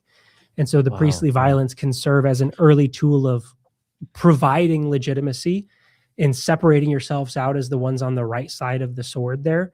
If we're thinking of, right, very either with Phinehas here, if you're thinking of the Levites, that you are the ones willing to pick up on behalf of the divine here and say, I will stand into the gap. And so it acts as like a very clear division within the community, because it always has to do with identity and who's on the in and who's on the out. But it does it in a way that connects to ideas of the cult, that connects to the ideas of what is the role of blood and what does blood do? How does blood purify? How does blood in this situation, like when is it doing cleansing and in what ways? Is it always and just in the cult? And when a cult is not yet centralized or a cult is more fluid, like the shedding of blood is going to stay back the divine wrath in Numbers 25, but not in the way that the cult you might expect it to be doing that thing. But yet right impaling them before the sun is going to do this thing. And Phinehas here driving them through with the spear, it's enacting some things that are sacrificial in nature, and that's the thing that stops the divine zeal from killing more out of the plague. So it does these, like, it's an odd solution in that gives you a way to stop a problem, but to mark yourself as special, but doesn't always serve as valuable, because it also presents a threat. Like when those priests are the violent ones, when they're the ones who are able to enact this thing and they can step in on this way, well, what do we do once we move to periods of kingship? What do we do once we move to periods of imperial power, where that can be seen less as an approved idea of how to claim authority and more as a direct threat towards what we are trying to do to you? When the cult has been centralized, how does, you know, that old idea of we are legitimated because of ancestral violence that is done, and now we have sacralized that violence. And so now that violence is perpetuated in the sacrifices we give, but not necessarily us doing this thing within humans anymore. So it can move over time in and become centralized, and there it still has resonances of the old thing, but it maybe becomes intolerable for it to fully be that version of the thing again, until you get to somebody like Mattathias, who uses that old version, but by doing it to say, I am that one who reaches into the ancestral tradition. We're at a moment of decision like that to say, oh, here we are again, but also has that recognition to say, I can't just claim priestly violence, because while it may have been enough at an early point to claim a kingship or to claim the priesthood, once we have enough administrative weight and bureaucracy and all those things that go along with it, it doesn't quite shoulder the burden sufficiently. Which brings us to, I think, the next part and sort of the central part of your study, right? This new thing, The new thing, the uh, last thing in 25. the last thing. I'm sorry. I'll get back to While verse you're 10 pulling here. that up really quickly, I was going to say that this kind of reminds me of the fact that vigilantism, while it feels really nice, it doesn't actually solve systemic issues. Yeah. Hmm. So, like, yeah, violence, if you're a zealous priest, it might be relevant for that moment, but it's not going to solve bigger issues. It's just Yeah, not. because when the shoe's on the other foot, like it doesn't. When someone else picks up the spear and then marshals that same claim against you, which is where I think like 10 through 13 slot in, to say if we have competing ancestral traditions of sacred violence, or if we have competing genealogical claims to Aaron, if we have rival priesthoods as we do at this period, how do we pick who ends up on top? And we there, I think, looking at the end of the Persian period, we're looking, for me, we're looking late fourth to say, Hmm. how are we late fourth into the third, right? We're in this transitionary period. This is a moment where those ancestral traditions are picking up more weight and continuing to be expanded in other ways. But we also have new and emerging needs of a priesthood. We have new and emerging methods of bureaucracy. The cult is being centralized and used as an administrative role in distinct ways under Persian rule. And this is a spot where maybe some of what used to legitimate the royalty, what used to legitimate those administrative officials, can now serve the priesthood in the same way. And so then 10 through 13, we get something that sounds like that kind of divine mandate that establishes you in a position of authority, which is that, Phinehas has turned back my wrath from the Israelites by manifesting such zeal among them on my behalf that I didn't consume them. I grant my covenant of peace. It's going to be a covenant of perpetual priesthood for his descendants after him, because he was zealous for his God and made atonement for the Israelites. And so here, I think now that we are in our last phase of Numbers 25, that coming back late, the Zadokites are kind of maybe digging through the archives to say, where can we best secure ourselves? Do we have a way in? Is there a crack where we can find something? And Phinehas, again, is in that Goldilocks zone. It's a character that has an established tradition. They have a textual record that establishes them as priestly violence, which is an old method of legitimization. They are around through several periods of deciding identity, who was on the right side. Think of like Joshua 22 in that inter-Civil War period. So we're deciding within, but also without in Numbers 25. He's in this nice moment that he's around, but also we don't know that much about him. And so I think he's like a Boba Fett character that lets you say, if we drop this on, there we go. You're around, but I can build you a story without having to change other texts. I don't have to deal with all of this textual record that deals with Phinehas as something else. It doesn't exist. So they craft what I think is an intentionally ambiguous covenant. That is a covenant of peace. Yeah. That's a perpetual priesthood that lets them embrace what seems to be a failure. Like he never steps into the high priesthood, or things like the Elites, because you can say, it doesn't say high priest. We understand it to be, you understand it to be, what is the priesthood to a priest? It's the high priesthood. But we're able to play in the language of, well, Aaron isn't called high priest until later texts where it gets added in. We have these moments that it fits in, but later, once we know that it's supposed to be, you can see that as the high priesthood. And then you can infer it into things like Psalm 106 and other instances where Phinehas emerges. It doesn't call him high priest. But if you have 10 through 13 and you think it's the high priesthood, you can find resonance for the high priesthood without them having to say it. So it's like the lightest lift with the biggest return. Kipp, can you scroll up a few verses to where it talks about the Berit? Oh, it's right here. Or down. Okay. Scroll a little bit down because I want to read. Give my turn. Right here. My covenant of peace. Beriti Shalom. I know that the translator here is rendering it friendship, and that some people render it as peace, but in the interest of not constantly translating that piece and it kind of being ironic that a violent man gets a covenant of peace, Oh, wow, eh? what if you're considering The shalom FIFA Peace referring Prize. to, yeah, seriously, Sorry. the shalom being shalom as the root meaning wholeness. Yeah. So when Oh, you were talking about yeah. getting adopted or brought in or jumped into this, membership, this priesthood, it's like, you know what? You get the whole covenant. Like the ones that Israel got at Sinai or whatever, the covenant that I made with them, you're in, bud, for what you Yeah. did. Like you proved it. You get Yeah, the so whole this- covenant. For like an adoptionist reading, it's absolutely where one Yeah. of the tent pegs there of bringing you in. Another, so there is some discussion of like, should we separate 12 and 13? Is that first a covenant of wholeness, of peace, of friendship, draft 1, and then what we get in 13 of this perpetual priesthood as draft 2? Mhm. And so maybe we get a dual layer of development around this. We gave it a stab and it's maybe a little too ambiguous. We don't quite know what this means. Is this fully unique enough? There's also ideas of like, what does completeness, like what does wholeness mean in the Persian period? And so is this dealing with this broader idea of like the empire as the entirety? Like it is the thing, like this is the world. We are our system through. And so in a covenant of peace, is that stepping into imperial administrative language to say functioning in this way? And then I read them as like the two work together. Of that first is that broader type of language speaking towards that imperial system out of which is necessitating this covenant.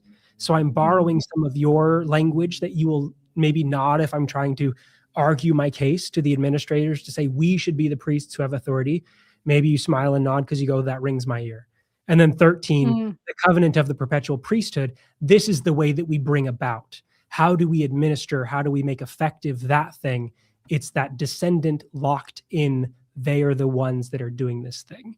And it's for him and then for his descendants. And what do you know? We happen to be those descendants. We, the Zadokites, are the ones who are the descendants. And so we are capable of bringing about this wholeness, this completion.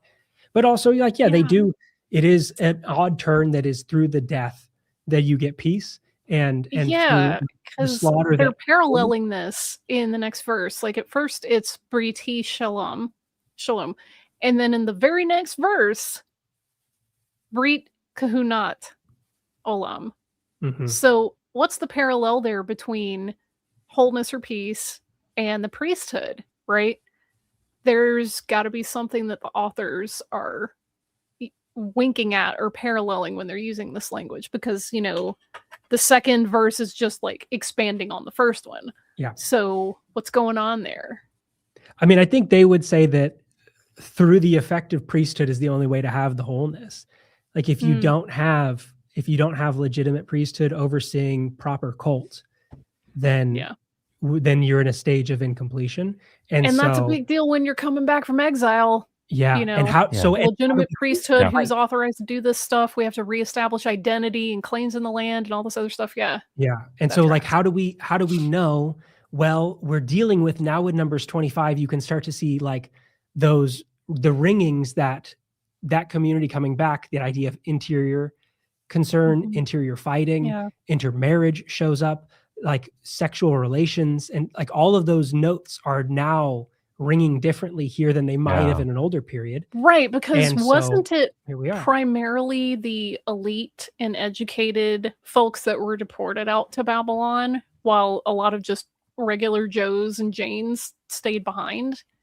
So I'm sure that if you deport a bunch of the elites and, important folks, everyone else is just going to keep doing what they're doing. So you probably have folk traditions still just going on, and people are like, yeah, whatever. And then these guys come back and they're like, all right, we're going to reestablish everything. And people are like, wait, but we've been doing it this way for but not right. And right. So it's that like, we've been doing this for however long. They're like, but you're doing it wrong. Now, much like Ezra. And so it's that reinstitution, and the reinstitution maybe looks a little bit different, but it's because we have it right and you have it wrong. And it's like, how can you have it right? You weren't even living here. She doesn't even go here. Doesn't even go here. Yeah. And you have other things in these verses too, like the emphasis on zeal in verses 10 through Yes. 13. Like this Yes. is the zeal Yeah. language is something that comes in heavy in later texts. That's kind of like, to me, one of these red flags that says we don't have this above and below. Yeah. It's now suddenly a major concern here, and is a major concern in other texts of this later phase as well, to say, okay, we're focusing in differently, and continues to be a concern that kind of goes on after that. So there's like little This is gonna like feel linguistic moments in it too, that I think it has some ties that go into that political sphere. It has some ties that go into the linguistic sphere, to say like, why in this moment is it emerging? How are they shaping it in the way that they do, either through the language they use like zeal, through the ambiguity that they use to try to embrace text that might force it to admit its defeat. Because if they were to say, a covenant of the high priesthood, well, when does Phinehas become high priest? And do we see Phinehas enacting the high priesthood? And what do we do with the Elites? And then why does it need to come back to the Zadokites? If you had the covenant Zadokites and then you lost it, well, you're on the out. Like are we okay? So they can't maybe quite make it like a full-throated thing, but they can lean into the texts and say, we know there's so much of, like, I guess a modern day echo of this would be like fundamentalist terrorism. So, about 20, 30 some odd years ago, this guy who went into my hometown and blew up a women's health clinic because he was super opposed to abortion. He went and hit out the mountains, right? And he was kind of valorized for that. Not by the government, certainly, because they were like, we got to hunt this guy down and bring him to justice. But people who were very, very right-wing conservative fundamentalists were like, he's doing God's work by blowing up this abortion demon, blah, blah, blah house, And I keep thinking that this sort of like fundamentalist violence does come from a certain population or a segment of any populace that feels its power or privilege is being threatened. They really want to make a statement. They're so upset by, people doing things, quote, the wrong way, that they have to act on it, they think. And people that are in their like very small, usually, communities, they valorize them for it. Like, yeah, man, you were doing the Lord's work. I can't help but see these echoes. Like, I could have used other examples too. Which is what you get by the time we see Phinehas showing up in Ben Sira. He's third in preeminence behind Moses and Aaron in the ranking of Ben Sira. Like, so there is a significant shift in status. And if we're looking at, is there a reception of the covenant in the text? It's an absence. Once we get into, we're looking at Ben Sira, we're looking at what's going on with Maccabees, suddenly it's around, and it's something people are pointing to, it's something people are quoting, it's something that's resulting in esteem. It's a known thing. And we do get like little minor expansions that do show up. The most notable being Joshua 24:33 in the Septuagint, that has then, at the death of Eleazar, Phinehas taking on the priesthood of Eleazar, and a brief like, yep, he did the thing, because maybe we like really need to make sure that this covenant was fulfilled, because it becomes a big point for us. But it's that type of thing. And then we get these later texts that know it. And you have the fighting for Phinehas between those types of, like, the Hasmoneans want him, Zadokites want him, becomes a linchpin character for Samaritan tradition, but also becomes a character that is pushed aside by some communities because of his connections to groups. Like the Qumran community does not have an interest. We're going to talk about that, right? Yeah. He's claimed by rivals and has been so sullied in doing that instead we're going to go, like, Kipp, I know you noted, like, the Ithamar. Like, we're going to go to the line of Ithamar instead of the line of Eleazar. And we go down the line of Melchizedek. And we're picking another path because Phinehas has now been claimed. And so while he seems like the perfect candidate, because he gets so fought over for the reasons of some of his ambiguity, he can be your perfect person or can become tainted and he's your worst enemy. Awesome. So I want to talk about Zadokites But Yeah. before we do that, I've got a couple of super chats and comments and questions here to get to. Storytime Jesus for $5 says, why? And we've talked, you've already addressed some of this. I think, why does Phinehas show up as a military leader in times and places where Joshua would be expected, the expected military leaders, such as in Numbers 31 or Joshua 22? Yeah, so it does tap in some to that priestly violence, the sacred violence there, that it's a sanctioning of. And you get in, like in Joshua 22. So when we have Phinehas showing up in Joshua 22, we have, like, you would expect Joshua to be doing some of this, but like 22:13, then the Israelites sent to the priest Phinehas, son of Eleazar, to the Reubenites and the Gadites, the half tribe of Manasseh.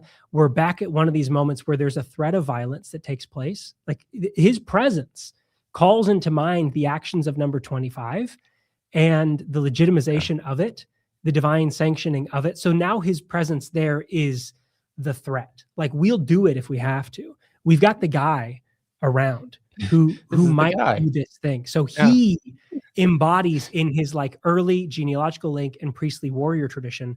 That's the card you put on the table as the threat to do these things. And you have him there as an authority figure in that type of violent space.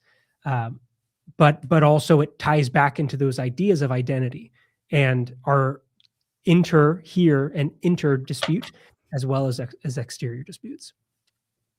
Nice. Thanks for the question.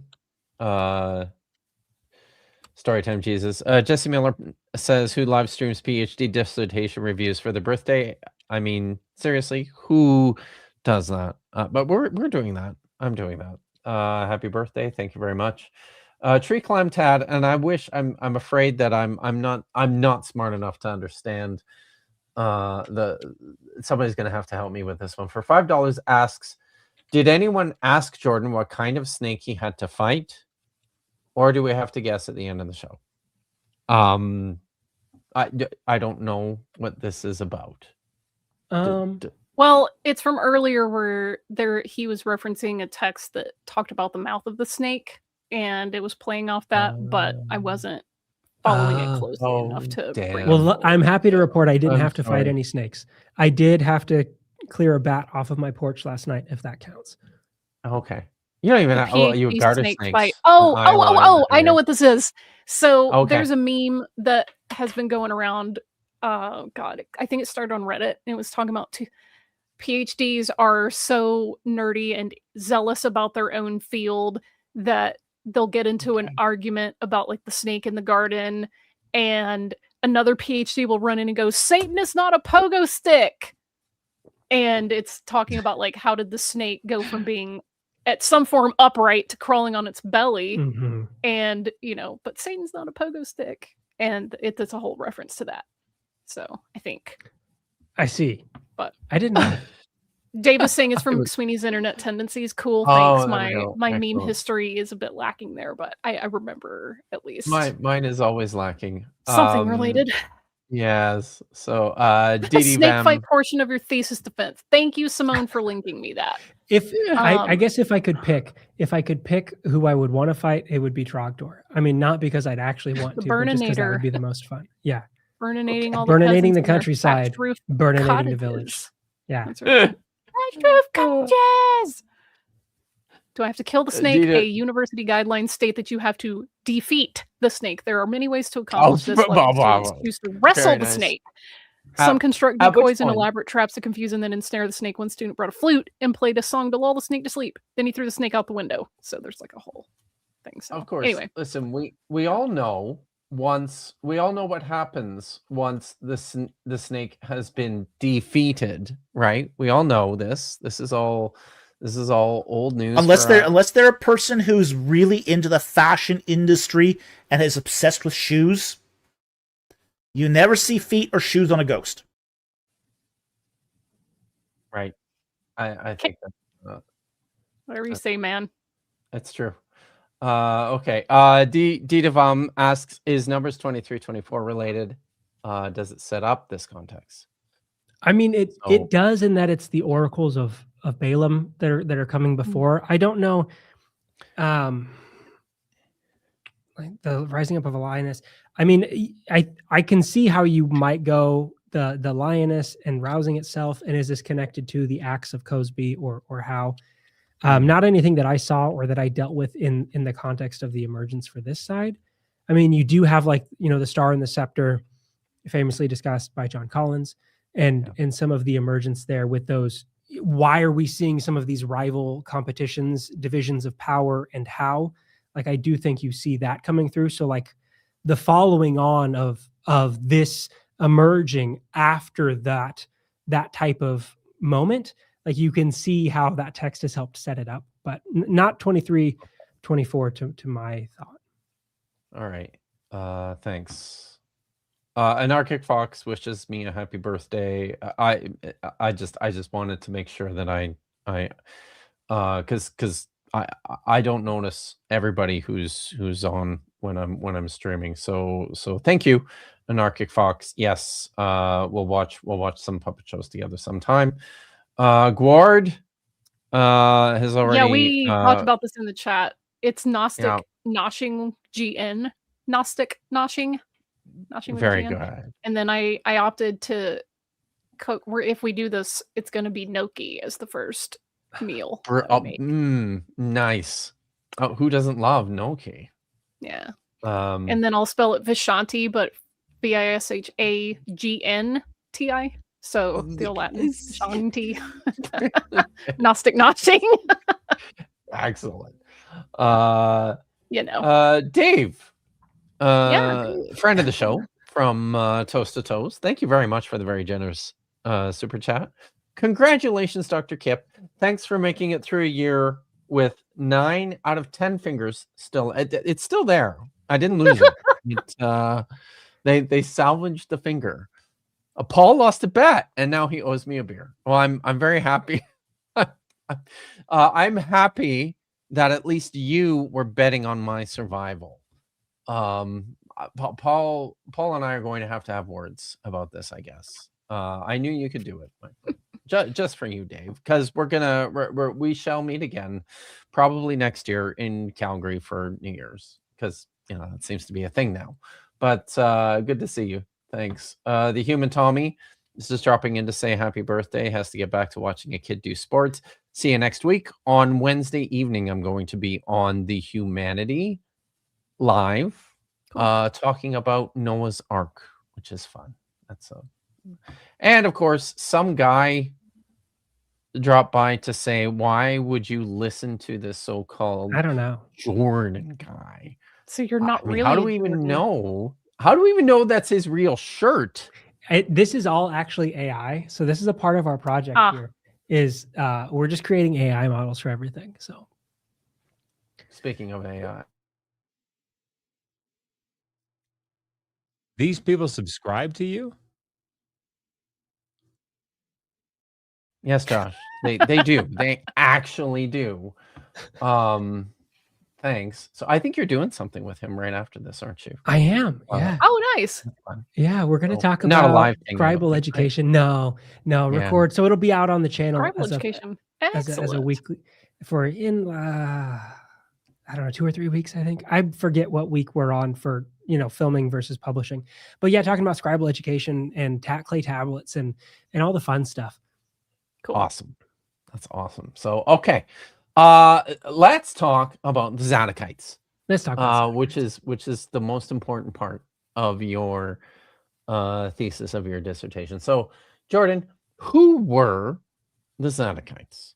Oh, if we only knew. So the Zadokites, I mean, I would say, as always, I'm happy to point to someone smarter to say this is the book you should read first. So you should go read Zadok's Heirs by Deborah Brooke for a good overview and kind of where the movement's coming in, at what times, what texts are especially important. But the Zadokites are individuals that claim to be the descendants of Zadok, and through that claimed lineage, say to be the rightful priests. They, a big period of importance for them is the post-exilic, the coming back and the setting back up. They get control of the cult, and by having control of the cult there, you got kind of all the cards in your hand at one time. And that's a part of why I think they're generating 10 through 13 here, is there's a need to centralize yourself, a need to legitimate yourself and hold this new level of power. Vish, you already talked about the Sadducees coming on. The Sadducees are seen as the descendants of the Zadokites. And what are we doing with those most connected to the temple infrastructure, and what are their descendants going in out of that? So they are, one of many claimants to the priestly line. They are a group fighting among other priestly groups to say we're the ones who should have power. They win. And so we see their influence in the text saying that they're right all the time and that they should have this type of authority. You see it showing up in texts like Ezekiel 44, that is expressing this later idea of Zadokite supremacy, and the Levites are correctly subordinated in the eyes of Ezekiel 44 under the Zadokites as ministers in the temple. They're correct to be around, but let's understand their place and what they should be doing, but that the Zadokites are the top of the chain there. So they become that top priestly echelon within what are the hierarchy of priests, and are kind of the winners out of that fight between the Mushite line and the Aaronite lines and the Elites and the Levites. And I mean, you have all those different sons of Levi and Aaron that are being mentioned, and it's like you have Kohath and the other ones, and it's like they have a hierarchy even within the tribe of Levi, that there's people that are, well, I'm a part of this specific subdivision. Well, I'm a son or descendant of so and so, so my job should be more important than yours because you're a descendant of whoever. And it's constant power struggles here. It is a lot of infighting, a lot of who is on the top of the rankings. And so because that last version that we get is expressing Zadokite interests and securing Zadokite concerns, you kind of see them as the ultimate winner in their own eyes, obviously. But you get like the fallout of Nadab and Abihu get cut out, and Eleazar gets secured over Ithamar through the activities of Phinehas, which is an interesting thing. Like, why not secure through Eleazar instead? But I think he has more of that record that you'd have to deal with, whereas Phinehas gives you a line back to Eleazar without having to deal with some of that other textual material. And it opens up some other polemic options, like Eli's son Phinehas, and how are we playing on and inverting what leads to the fall of the Elite house in the story of Phinehas, where we choose to insert this again, individuals at the entrance of the tent of meeting, skewering some meat, rousing the divine wrath, but ending up in the falling humans, of your house. And the 100%. Casting out instead of the correct action, which leads to the security of our house. And then they are able to lean into that ambiguity because the righteous priest, like your sons in your house is cursed forever, and no sacrifices will ever cover this. And then you have this Pinchas who makes a skewer, and it's forever. It's forever. So is the Pinchas son of Eli, is that introduced into the text in response to the Aaronide lineage of Phinehas that's leading up? Like, is this responding to that? Frank Moore Cross does see the Aaronide Phinehas as a response to, and you get it coming both ways. Phinehas' response to the Elide Phinehas. Yeah, and so is this there? We have that fall, and so it's a response in the proper inversion. Let's flip what led to the fall and create what leads to the rise here. You have other argue it should go the other way. That we had the story of what led to a rise, and so instead, to explain your fall, we can invert that and create the negative outcome. You have them kind of going in both ways. I think either way that you go, you can see that there is that fight between priestly lines and saying, why are you on the outs? Why are we on the ins? It's also a moment, though, that becomes really important for the Samaritan tradition, because the line of Phinehas is the line that is claimed. And they point to the Elites to say, look, this is the moment where you went down the wrong path for the priestly descent. We maintained the correct path. We maintained the descent of Phinehas. You went Eli, and then this Zadok guy who comes from where that sure you say is. And so this becomes a juncture moment for those claims of priesthood and those claims of cult. So there is like very much a back and forth. Which one influenced the other? I don't know that I don't think I sit on either side of the fence, other than like there very much is a fight between them. And they provide the point for this thing to emerge. Who started punching the other one first? I don't know. but the result of the fight is the covenant. It's Hatfields and McCoys out here. Yeah. Yeah, it is. Right. I don't know if Yeah. Han shot first, So- but somebody did. Yeah. And this is like this is the part of your study that I really this, and it's the meat of it really is the tracking the text, the meat of it. isolating. What's that? The meat Yeah, of the it. meat of it, like referring to Yeah. the sons of Eli and the bad There we go. Yes. circumstances. Ha. With a very nice fun. Yeah. I need to play that clip from SpongeBob. Oh, brother, this guy stinks. When I start making corny jokes and cringe puns.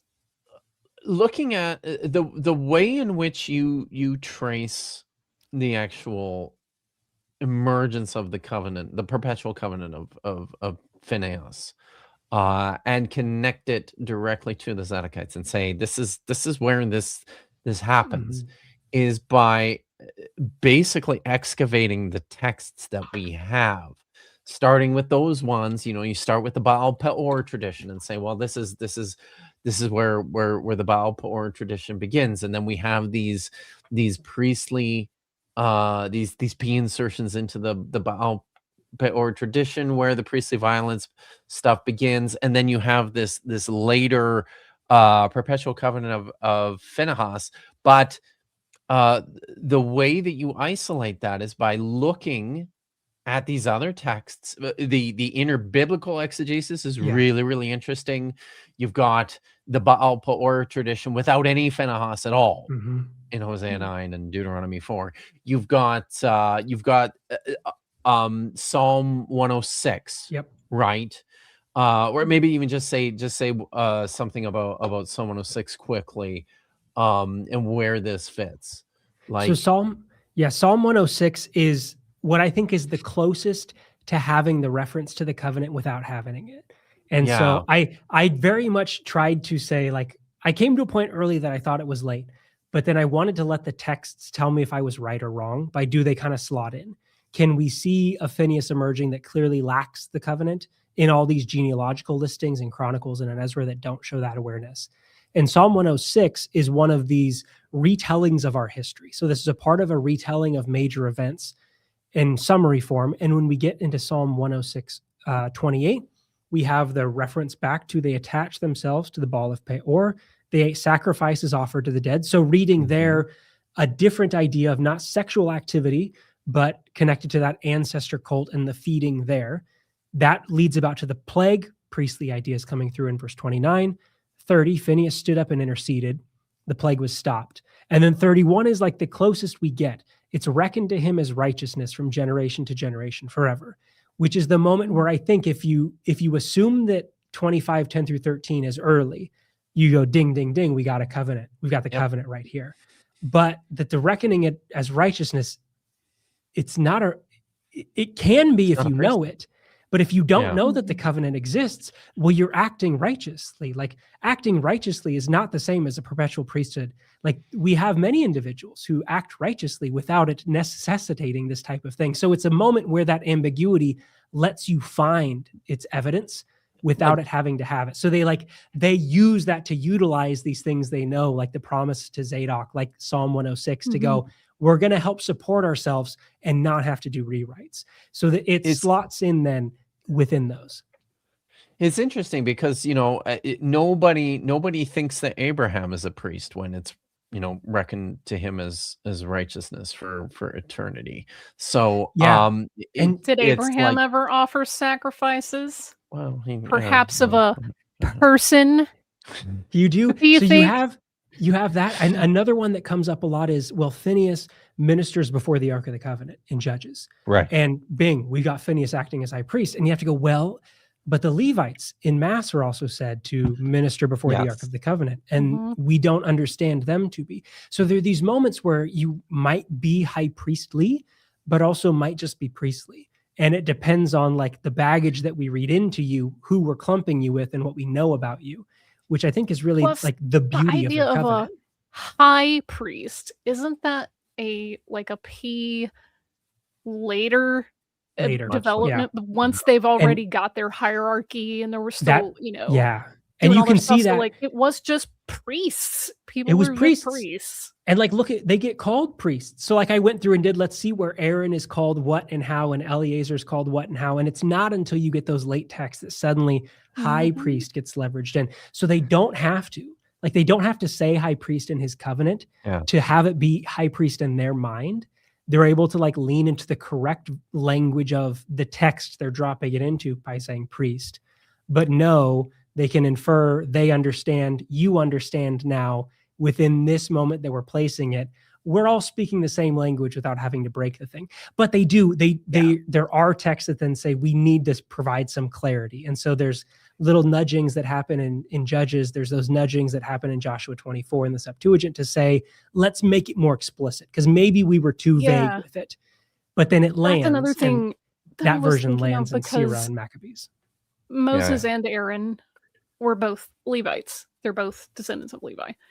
And that's often in my brain forgotten because we don't talk about Moses as being the son of Levi very much. We do with Aaron for sure, but Moses also was of the Levites. And another time that this intra-Levite struggle and power dynamic comes up is in Korach, who was literally Moses' cousin, quite literally his first cousin.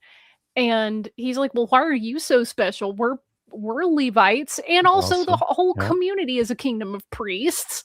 So like, why are you the big man in charge? We should all like have more access, and you know, you're thinking too much of yourself. And Moses like, oh no, and he has this incident. But this like struggle for priestly power and status seems to be an ongoing issue. Very much. Absolutely. Like it is, and it keeps changing hands. And so you get different methods to try to tap in, and it works for a while and then it doesn't work. And when it's not any good to you, once you don't have the high priestly function anymore, well, what becomes of Phinehas's covenant? Well, that perpetual priesthood turns into everlasting. So now Phinehas is the eternal priest, and Phinehas is the one who lives and continues to live and is an undying, because we don't have him dying outside of that addition. So it then is adaptable in a new way to deal with what you would expect if you had a covenant for the high priesthood and then the temple falls. What happens to, you would require readaptation like we get with 2 Samuel 7, but we don't have it because it's not there yet. Yeah. See, I think the thing that the point in your dissertation, I think, where I was convinced was Page was 1. when I you gotcha. I know. Yeah. What can I say? Right. I read the acknowledgments and I said, I've seen enough. Yeah, I'm done. I've seen enough. it. That's so, but where the thing that really hit me was where you talked about Chronicles in particular, right? You've got these several Ezra and Chronicles. You've got these several mentions of Phinehas stuck on this genealogical link, and the warrior priest. I've got it up here. Maybe I should share my screen and I'll just show this. If I can find, there it is. Okay, so it's probably a little small. Let's just oh wow, that's, can you hide the very page thumbnails and the I know I'm using it. Oh shoot, Bluff. this is a different oh, here, if I do this, yeah, that works. And if I zoom in and the page thumbnails, and that, and there we go. Hey, Okay, so now here we're talking. we have all these entries, right? Eleazar became the father of Phinehas of Abishua. These are the sons of Aaron, Eleazar, his son Phinehas, his son Abishua, his son, and Phinehas, son of Eleazar, was chief over them in former times, and Yahweh was with him. And then in Ezra, you've got son of Abishua, son of Phinehas, son of Eleazar, son of the chief priest Aaron. You got one of those late references to the HaKohen Harosh, of the descendants of Phinehas. Gershom. But this is the thing that really that I found really compelling was what you talk about here, right? having monopolized the high priesthood, these genealogies are productions reflective of the Zadokite efforts to legitimize and integrate their status and privilege, not just into the Aaronite structure, a post-exilic concern, but into the ancestral traditions. For the hands responsible for these genealogies of Chronicles and Ezra, this was accomplished by accessing Phinehas, who stood as an essential Aaronite link capable of securing the priesthood to that of the ancestral period. However, compared with previous texts within Phinehas's first literary wake, the shift is discernible within the Zadokite portrayal of Phinehas in these genealogical listings. While he's not stripped of all his priestly violence associations, this memory is sequestered into his position of leadership over the guards of the tent of meeting, a move that alludes to his activity in Numbers 25:6-9 without requiring a recounting of activity, similar to allusions of Joshua 22 and Psalm 106, while also elevating Phinehas from individual actor to cultic authority, a transition that reflects the interpriestly community concerns of the post-exilic period. But then you go on to say, This person here, writes sentences that are too long sometimes. I tell you what. I didn't say it. While the hands responsible for the genealogy seen in Chronicles and Ezra wanted to legitimize the Zadokite claim to the high priesthood and saw Phinehas in Phinehas a means of Aaronite succession, it is notable that within these references to Phinehas, there is not yet an awareness of the divine selectivity of Phinehas or his essential role as possessor of a divine covenant for the office for all time. Given the exalted nature of the high priest within the works of Chronicles and Ezra, and the diminished standing of the Davidic leader, the absence of any direct reference to the covenant of Phinehas, which would have not only resolved the issues of legitimization, but also the Zadokite integration, is remarkable. And I could not agree more. Because that's the point. You would be like, how is it not all over the place right here? Yes, right? Yeah. It's the perfect opportunity for the chronicler and for the writer in Ezra to go, we've got this thing, we've got this eternal covenant, but it's not there, and it doesn't show up. About it. It makes a pretty narrow window once you start to slot in like what comes before and then what emerges that has it. The window of time for it to pop up gets narrow, and it's that like late fourth to mid third for it to not be in some things and then yet be known in Septuagint Joshua and be established enough for like Sirah. That time isn't a lot. Or it does, or you can say it doesn't matter. And you're like, well, how does it not matter enough for it to show up in these texts? Right. For me, it's like, it's got to be that it's not there yet. It just, So, that was the point where like, he's totally right. And then everything else just slotted into place when, after that. But, so I think there was a couple more things. And we're coming up on 2 hours here, and you need to get going here pretty quick. Yeah, but, I gotta go run to that bow tie guy here in a second. You do. But you know what? It's my birthday, so this is true. I'll tell him it's your fault. Yes, you do. You do that. Now, and this is something that your examiners were Mark Luchter from Temple, isn't it? Is it Temple University? Temple. Yeah. And then Bill Schneedovan from UCLA, who was also Bob Cargill, your supervisor, and wrote the excellent book, the Society and Promise of David. Yeah, worth a read if you haven't read it. Yeah, it's really good. It's quite accessible too. It's a great book. Now I remember you. I don't. It's something that maybe this is something you and I talked about. How one of the things that Bill did was in his examination of your dissertation was sort of shift and set the focus more on what was going on with the Samaritans, with Mount Gerizim. I wonder if you could talk to us a little bit about how that fits into this conversation. The Samaritans, show up. We start to know about them by that designation, in the probably the 3rd century, when all this stuff seems to be happening, right? In the a lot of stuff is happening in the 3rd century with the emergence of the Septuagint and the Shrine of Monk has got a zine, and then you probably got the emergence of the Essenes and the Qumran. There's all this stuff going on. Where did the Samaritans fit into this, and why is this significant to this discussion of Phinehas?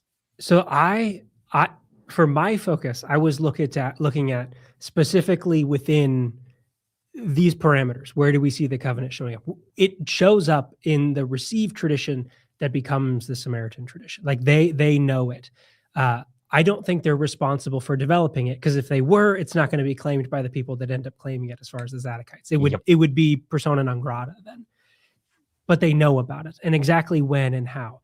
And I don't get into like the Samaritan reception, because he becomes a central pillar of their priesthood as the person they trace back to, largely because of that Elite split. There's another dissertation that's written by Thon that deals with Phinehas that does more in this space. Like, more has been talked about with Samaritan use of Phinehas and separation from.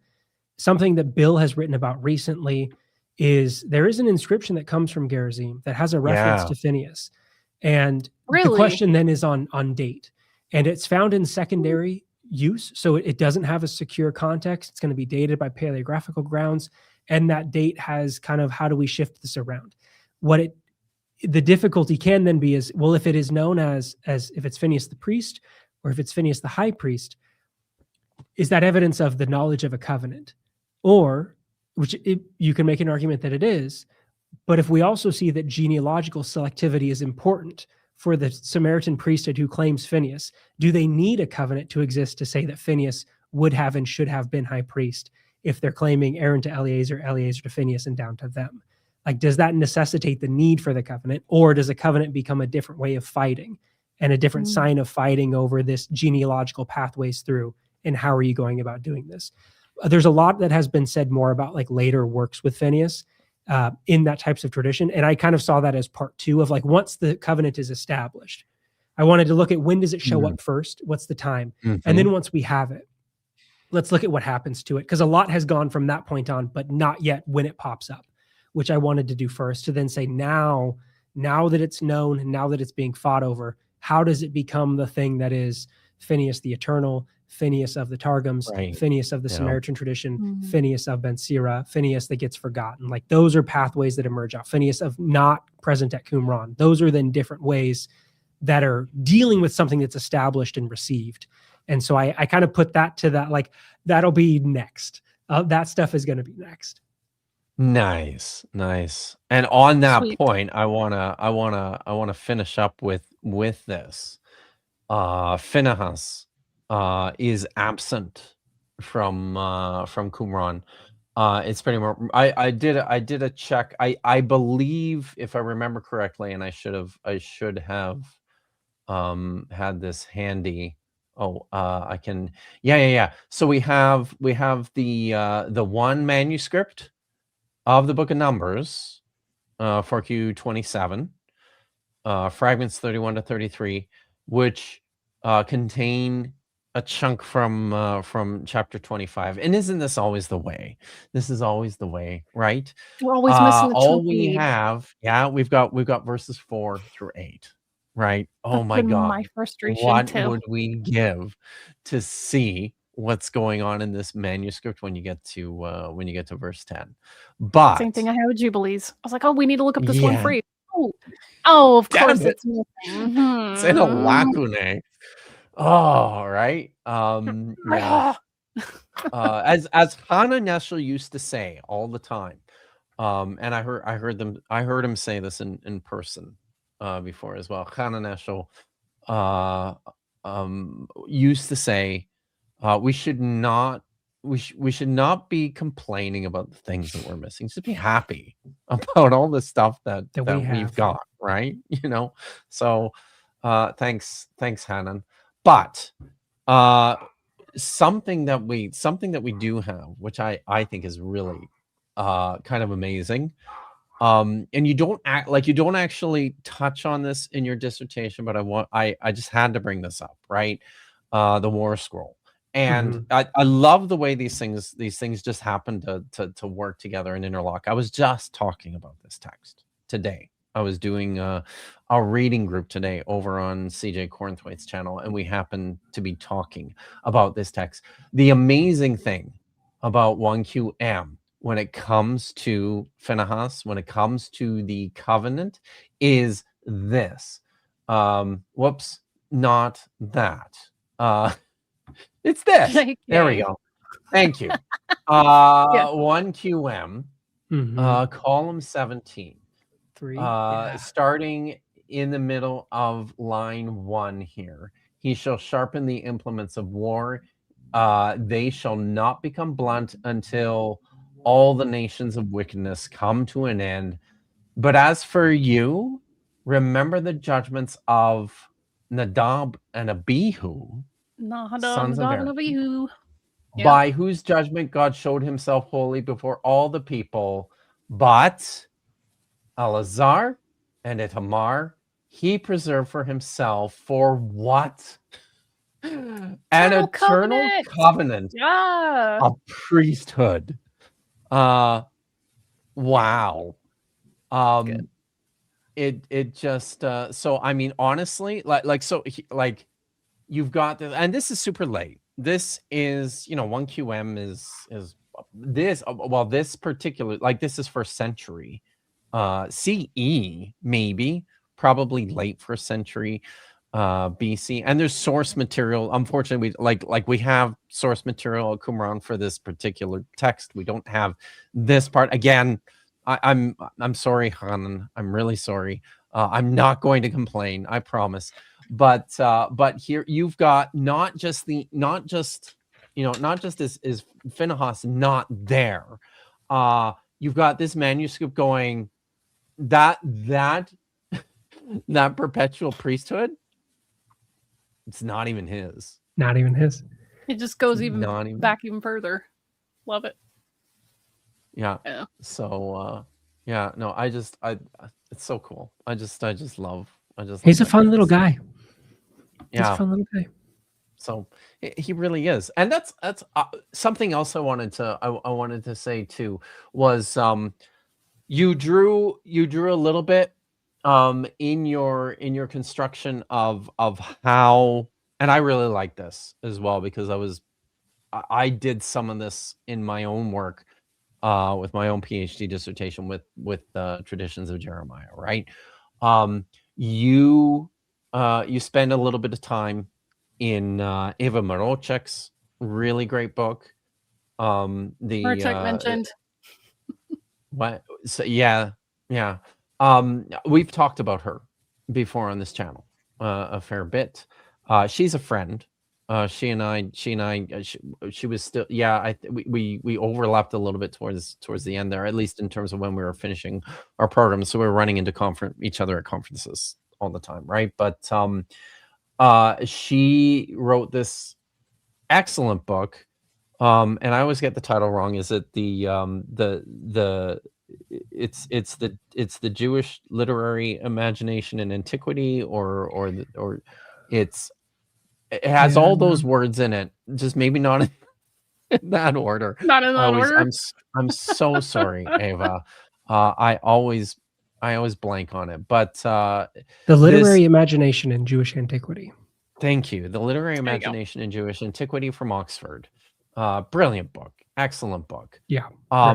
She, and a lot of her work is beholden to her Dr. Mutter, Hindi Nyman, who wrote about the traditions of Moses, and their what she called their discourses, which is a term I really picked up on in my work too. But this idea of a character searching for a story, searching for a character, story, right? In search of a story. Yeah, and then you sort of weave this into something else that you do that I think is really, really clever. Is talk about just the selective ambiguity of this. How do you put it? It's the The intentional ambiguity. the intentional ambiguity of how this is such an ideal place for the Zadokites to land, precisely because it's not so specific, because Mhm. we don't know enough about Mm. this character, and they're smart about it in the sense that they don't say too much about him either, right? Just enough. So Just enough. and just enough. So it's But also almost enough, too perfect. just enough for everyone to also forget about it, which is like Yes. almost like another aspect of its success. Because then when it Mhm. fails, it also fades from memory. So it's like enough for when it's working and enough for when it needs to shift. And it's wonderfully like representative of the talent and the skill of how texts Yeah. are being used and created and characters are being adapted. Those are cyclical a lot of the time, is people Yeah. finding utility in narratives of violence as a way to legitimize themselves, and then in other periods going, no, violence, we actually don't want this to be part of our identity and our, outward facing side. And it just kind of loops around. Oh, that's awesome. Well, I'm not gonna keep you any longer, Jordan. Thank you so much. But maybe just finishing up, can you tell us about where you're at with the publication? Because it's a great. I think the dissertation is great. I'm excited to see it published and to see scholars interacting with us. Do you want to let us know where you're at with that? Yeah, I've set it off. It's in process of review by editors to see where we'll go. So I kind of sat on it for a while. Of do the like let my eyes clear and let the smoke disappear from my brain and look back over to decide Yeah. what do I need to do immediately before doing that kind of stuff. So I gave it a break and then came back to it and said, all right, let's do a little bit here, a little bit there, send it off and see. So I'll waiting currently in the the holding period that is sending anything off for publication. Send something off and wait. Awesome. Shoot, sorry Cool. about that, guys. That's somebody must be Doggy. coming into the house. So, I got a couple more super chats here. Simone reads text. Are you familiar with Simone? Yeah, Jordan? Yeah, of course. Thank you for the 5 New Zealand dollars. Do you have an opinion on Noel's work on H and whether this material is P or H? I'd say P, not H for this, because of when I'm putting it. But yeah, I mean, I think it doesn't quite have like the ring of some of those holiness concerns with the way it goes through things. But I mean, just another great text to look at for when we talk about priestly concerns and how they're expressed, that it's not one thing and it's not monolithic, that there's diversity within it and expansions within it. So like, the whole like, well, the multiplicity of priestly lines and the infighting of it and the periods of time, sometimes it can get so flattened that it's not flat at all. Awesome. Thanks. And finally, from the weirdo CKA, Evan, thank you for the $2. Money for birthday. Money. Phinehas kebabs. Phinehas, dang it. So what is different there? I don't see the. You keep saying Phinehas. I know, but like, that's just with a very I emphasized know. schwa. Yeah. It's all right. I'm saying Phineas. We're all over. It's all. You're getting I'm just like, it's all the whole good, plate. right? I think it's all fine. The whole plate. It's true. The whole plate. But I would love some Phinehas kebabs. That'd be very, very. That'd be a great. I That'd be would a not great eat birthday treat. Phinehas kebabs. That's not kosher. I don't have to worry about it, thankfully. So, hey, Jordan, thank you so much. Thank you for having me. coming Pleasure to and chat. hanging out with us. And this was like the nerdiest thing ever, which is what we do here and what I like to do on my birthday. And I like when I do these sorts of streams, they don't quite get the attention that some of the other ones do. But I'm thrilled that there's still over 70 people watching us talk about just nerd stuff. the nerdiest of nerdy shit here on the internet. Mhm. But tell us where you are, where people can find you, stuff that you've got coming up. Yeah, That you can check that us we should out talk about. over on Bible and Archaeology at Bible and Arc. This week we had Kara Cooney on to talk about mummification. So you've got a little Wow. bit of all kinds of stuff. Going to have something next week with CJ talking about Acts and historiography. Hooray! Josh Brilliant. is going to be coming on to talk about cuneiform tablets. Christine Garraway is going to be coming by in the future to talk about death and children. Matt Soriano is going to be coming on to talk about ideas of death as well. Recently we had, Peter and I talked about Pulp Fiction or not. We had Chance Bernard was on recently to talk about Jesus and what Jesus has to say about slavery. So there's a little bit of kind of like all That's a over the good one, place too. in stuff that's come out and not. So if you got if there's a thing, we probably have a video on it. So go and check it out. Wow. See, it's not oh shoot, what did I just do? Yeah, there we go. That's a lot more than what I do on a regular basis. And You but also don't people have should the backing of like a absolutely. freaking university, so I don't actually. So but The thing I love is I have very much tried to say like how many I want every week to be just there's so many great people and so much great work that's happening and like great books and things and what's happening, who should you be listening to, what are good voices. You're not going to agree with everybody, but it'll make you think. And so, the hope is let them come in and present their scholarship. We'll have a conversation and maybe get a reading recommendation or two. So yeah. thank you, Noise Ending. But it's a lot of fun to get to talk to, such a wide range of topics because it's all stuff where I'm like, I love this and I don't know. So I'm happy to just This is exactly why I love being able to attend SBL because it's like, 3,000 introverts talking about their hyperfixation. And as a fellow neurodivergent, ADHD, introvert, I'm like, yes, info dump. Let's go. Teach me all of the things. Exactly. Yep. Exactly. So good. All right. So, yeah, thanks again. Just as we head out here, what's coming up for us, I will be on BS Lewis's channel tomorrow night. He has a thumbnail and everything. Oh my god, that's cool. So isn't it? Doctor. Good. So Adam and Eve and Kipp and BS, that's happening tomorrow, and I'm pretty excited about it just because it's very, very not serious. So if you're into not serious and you're into We Adam love and not Eve, serious. yeah, we do. So that's where I'll be tomorrow night starting at 6:00 Pacific.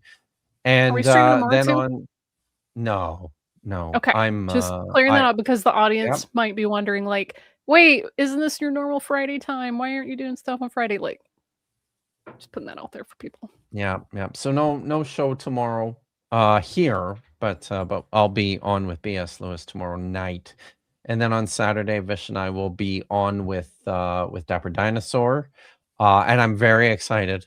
I'm very excited about Vish is much less excited than I am because because it feels like it's been a Talking about long Ammon time since Hillman. I've dunked on Ammon Hillman, and I just I need to get that out of my system. I wanted to say one other thing, Jordan, that I really, really liked about your dissertation, as it feeds into some of the stuff that I do on a regular basis, is that like I have this occasional encounters with people, and I'm not just talking about I'm talking about like serious scholars too, who want to set everything in the Bible into like the post-Persian period. And I really think that your scaffolding of the material in just this particular text is one of these ways in which we can show, I think, with remarkable consistency and in a very convincing fashion, that you can't just set everything in the Hellenistic period when it comes to the biblical literature. So yeah, thanks for that. It's a great way of assessing the texts. Kipp. Can you paste the historically. link to B.S. Lewis's channel in the chat or something so people can Now I don't have get I that? don't have the chat open right now, unfortunately. Or send it to me and I'll put it in the chat. Okay, I'll do that. So let me just put that in the Discord, Vish, and you can post it, and we'll wrap up. All right, So, audience, stand by. There you go, everyone. So thanks again for sticking around. Thank you, Jordan. I'm so happy that your studio didn't blow away. No, it stayed here. Did you guys have Stay some put. severe weather recently? Yeah, it's tornado season, so it's about every week. Yes. It's been Thursdays. Yes. It's been Thursdays. Thankfully, not today, but like every Thursday, it's been tornado sirens. So.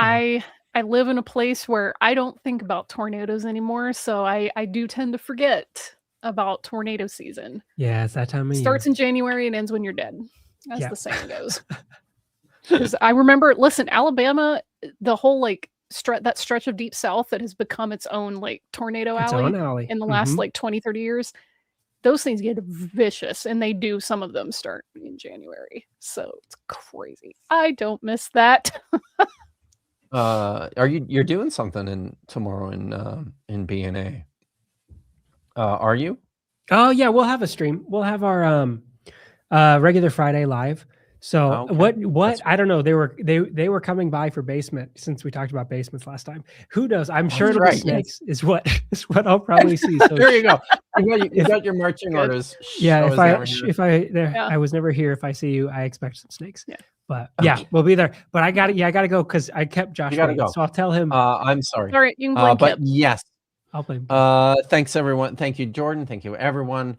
As always, be good, stay safe, be excellent to each other, and hot take.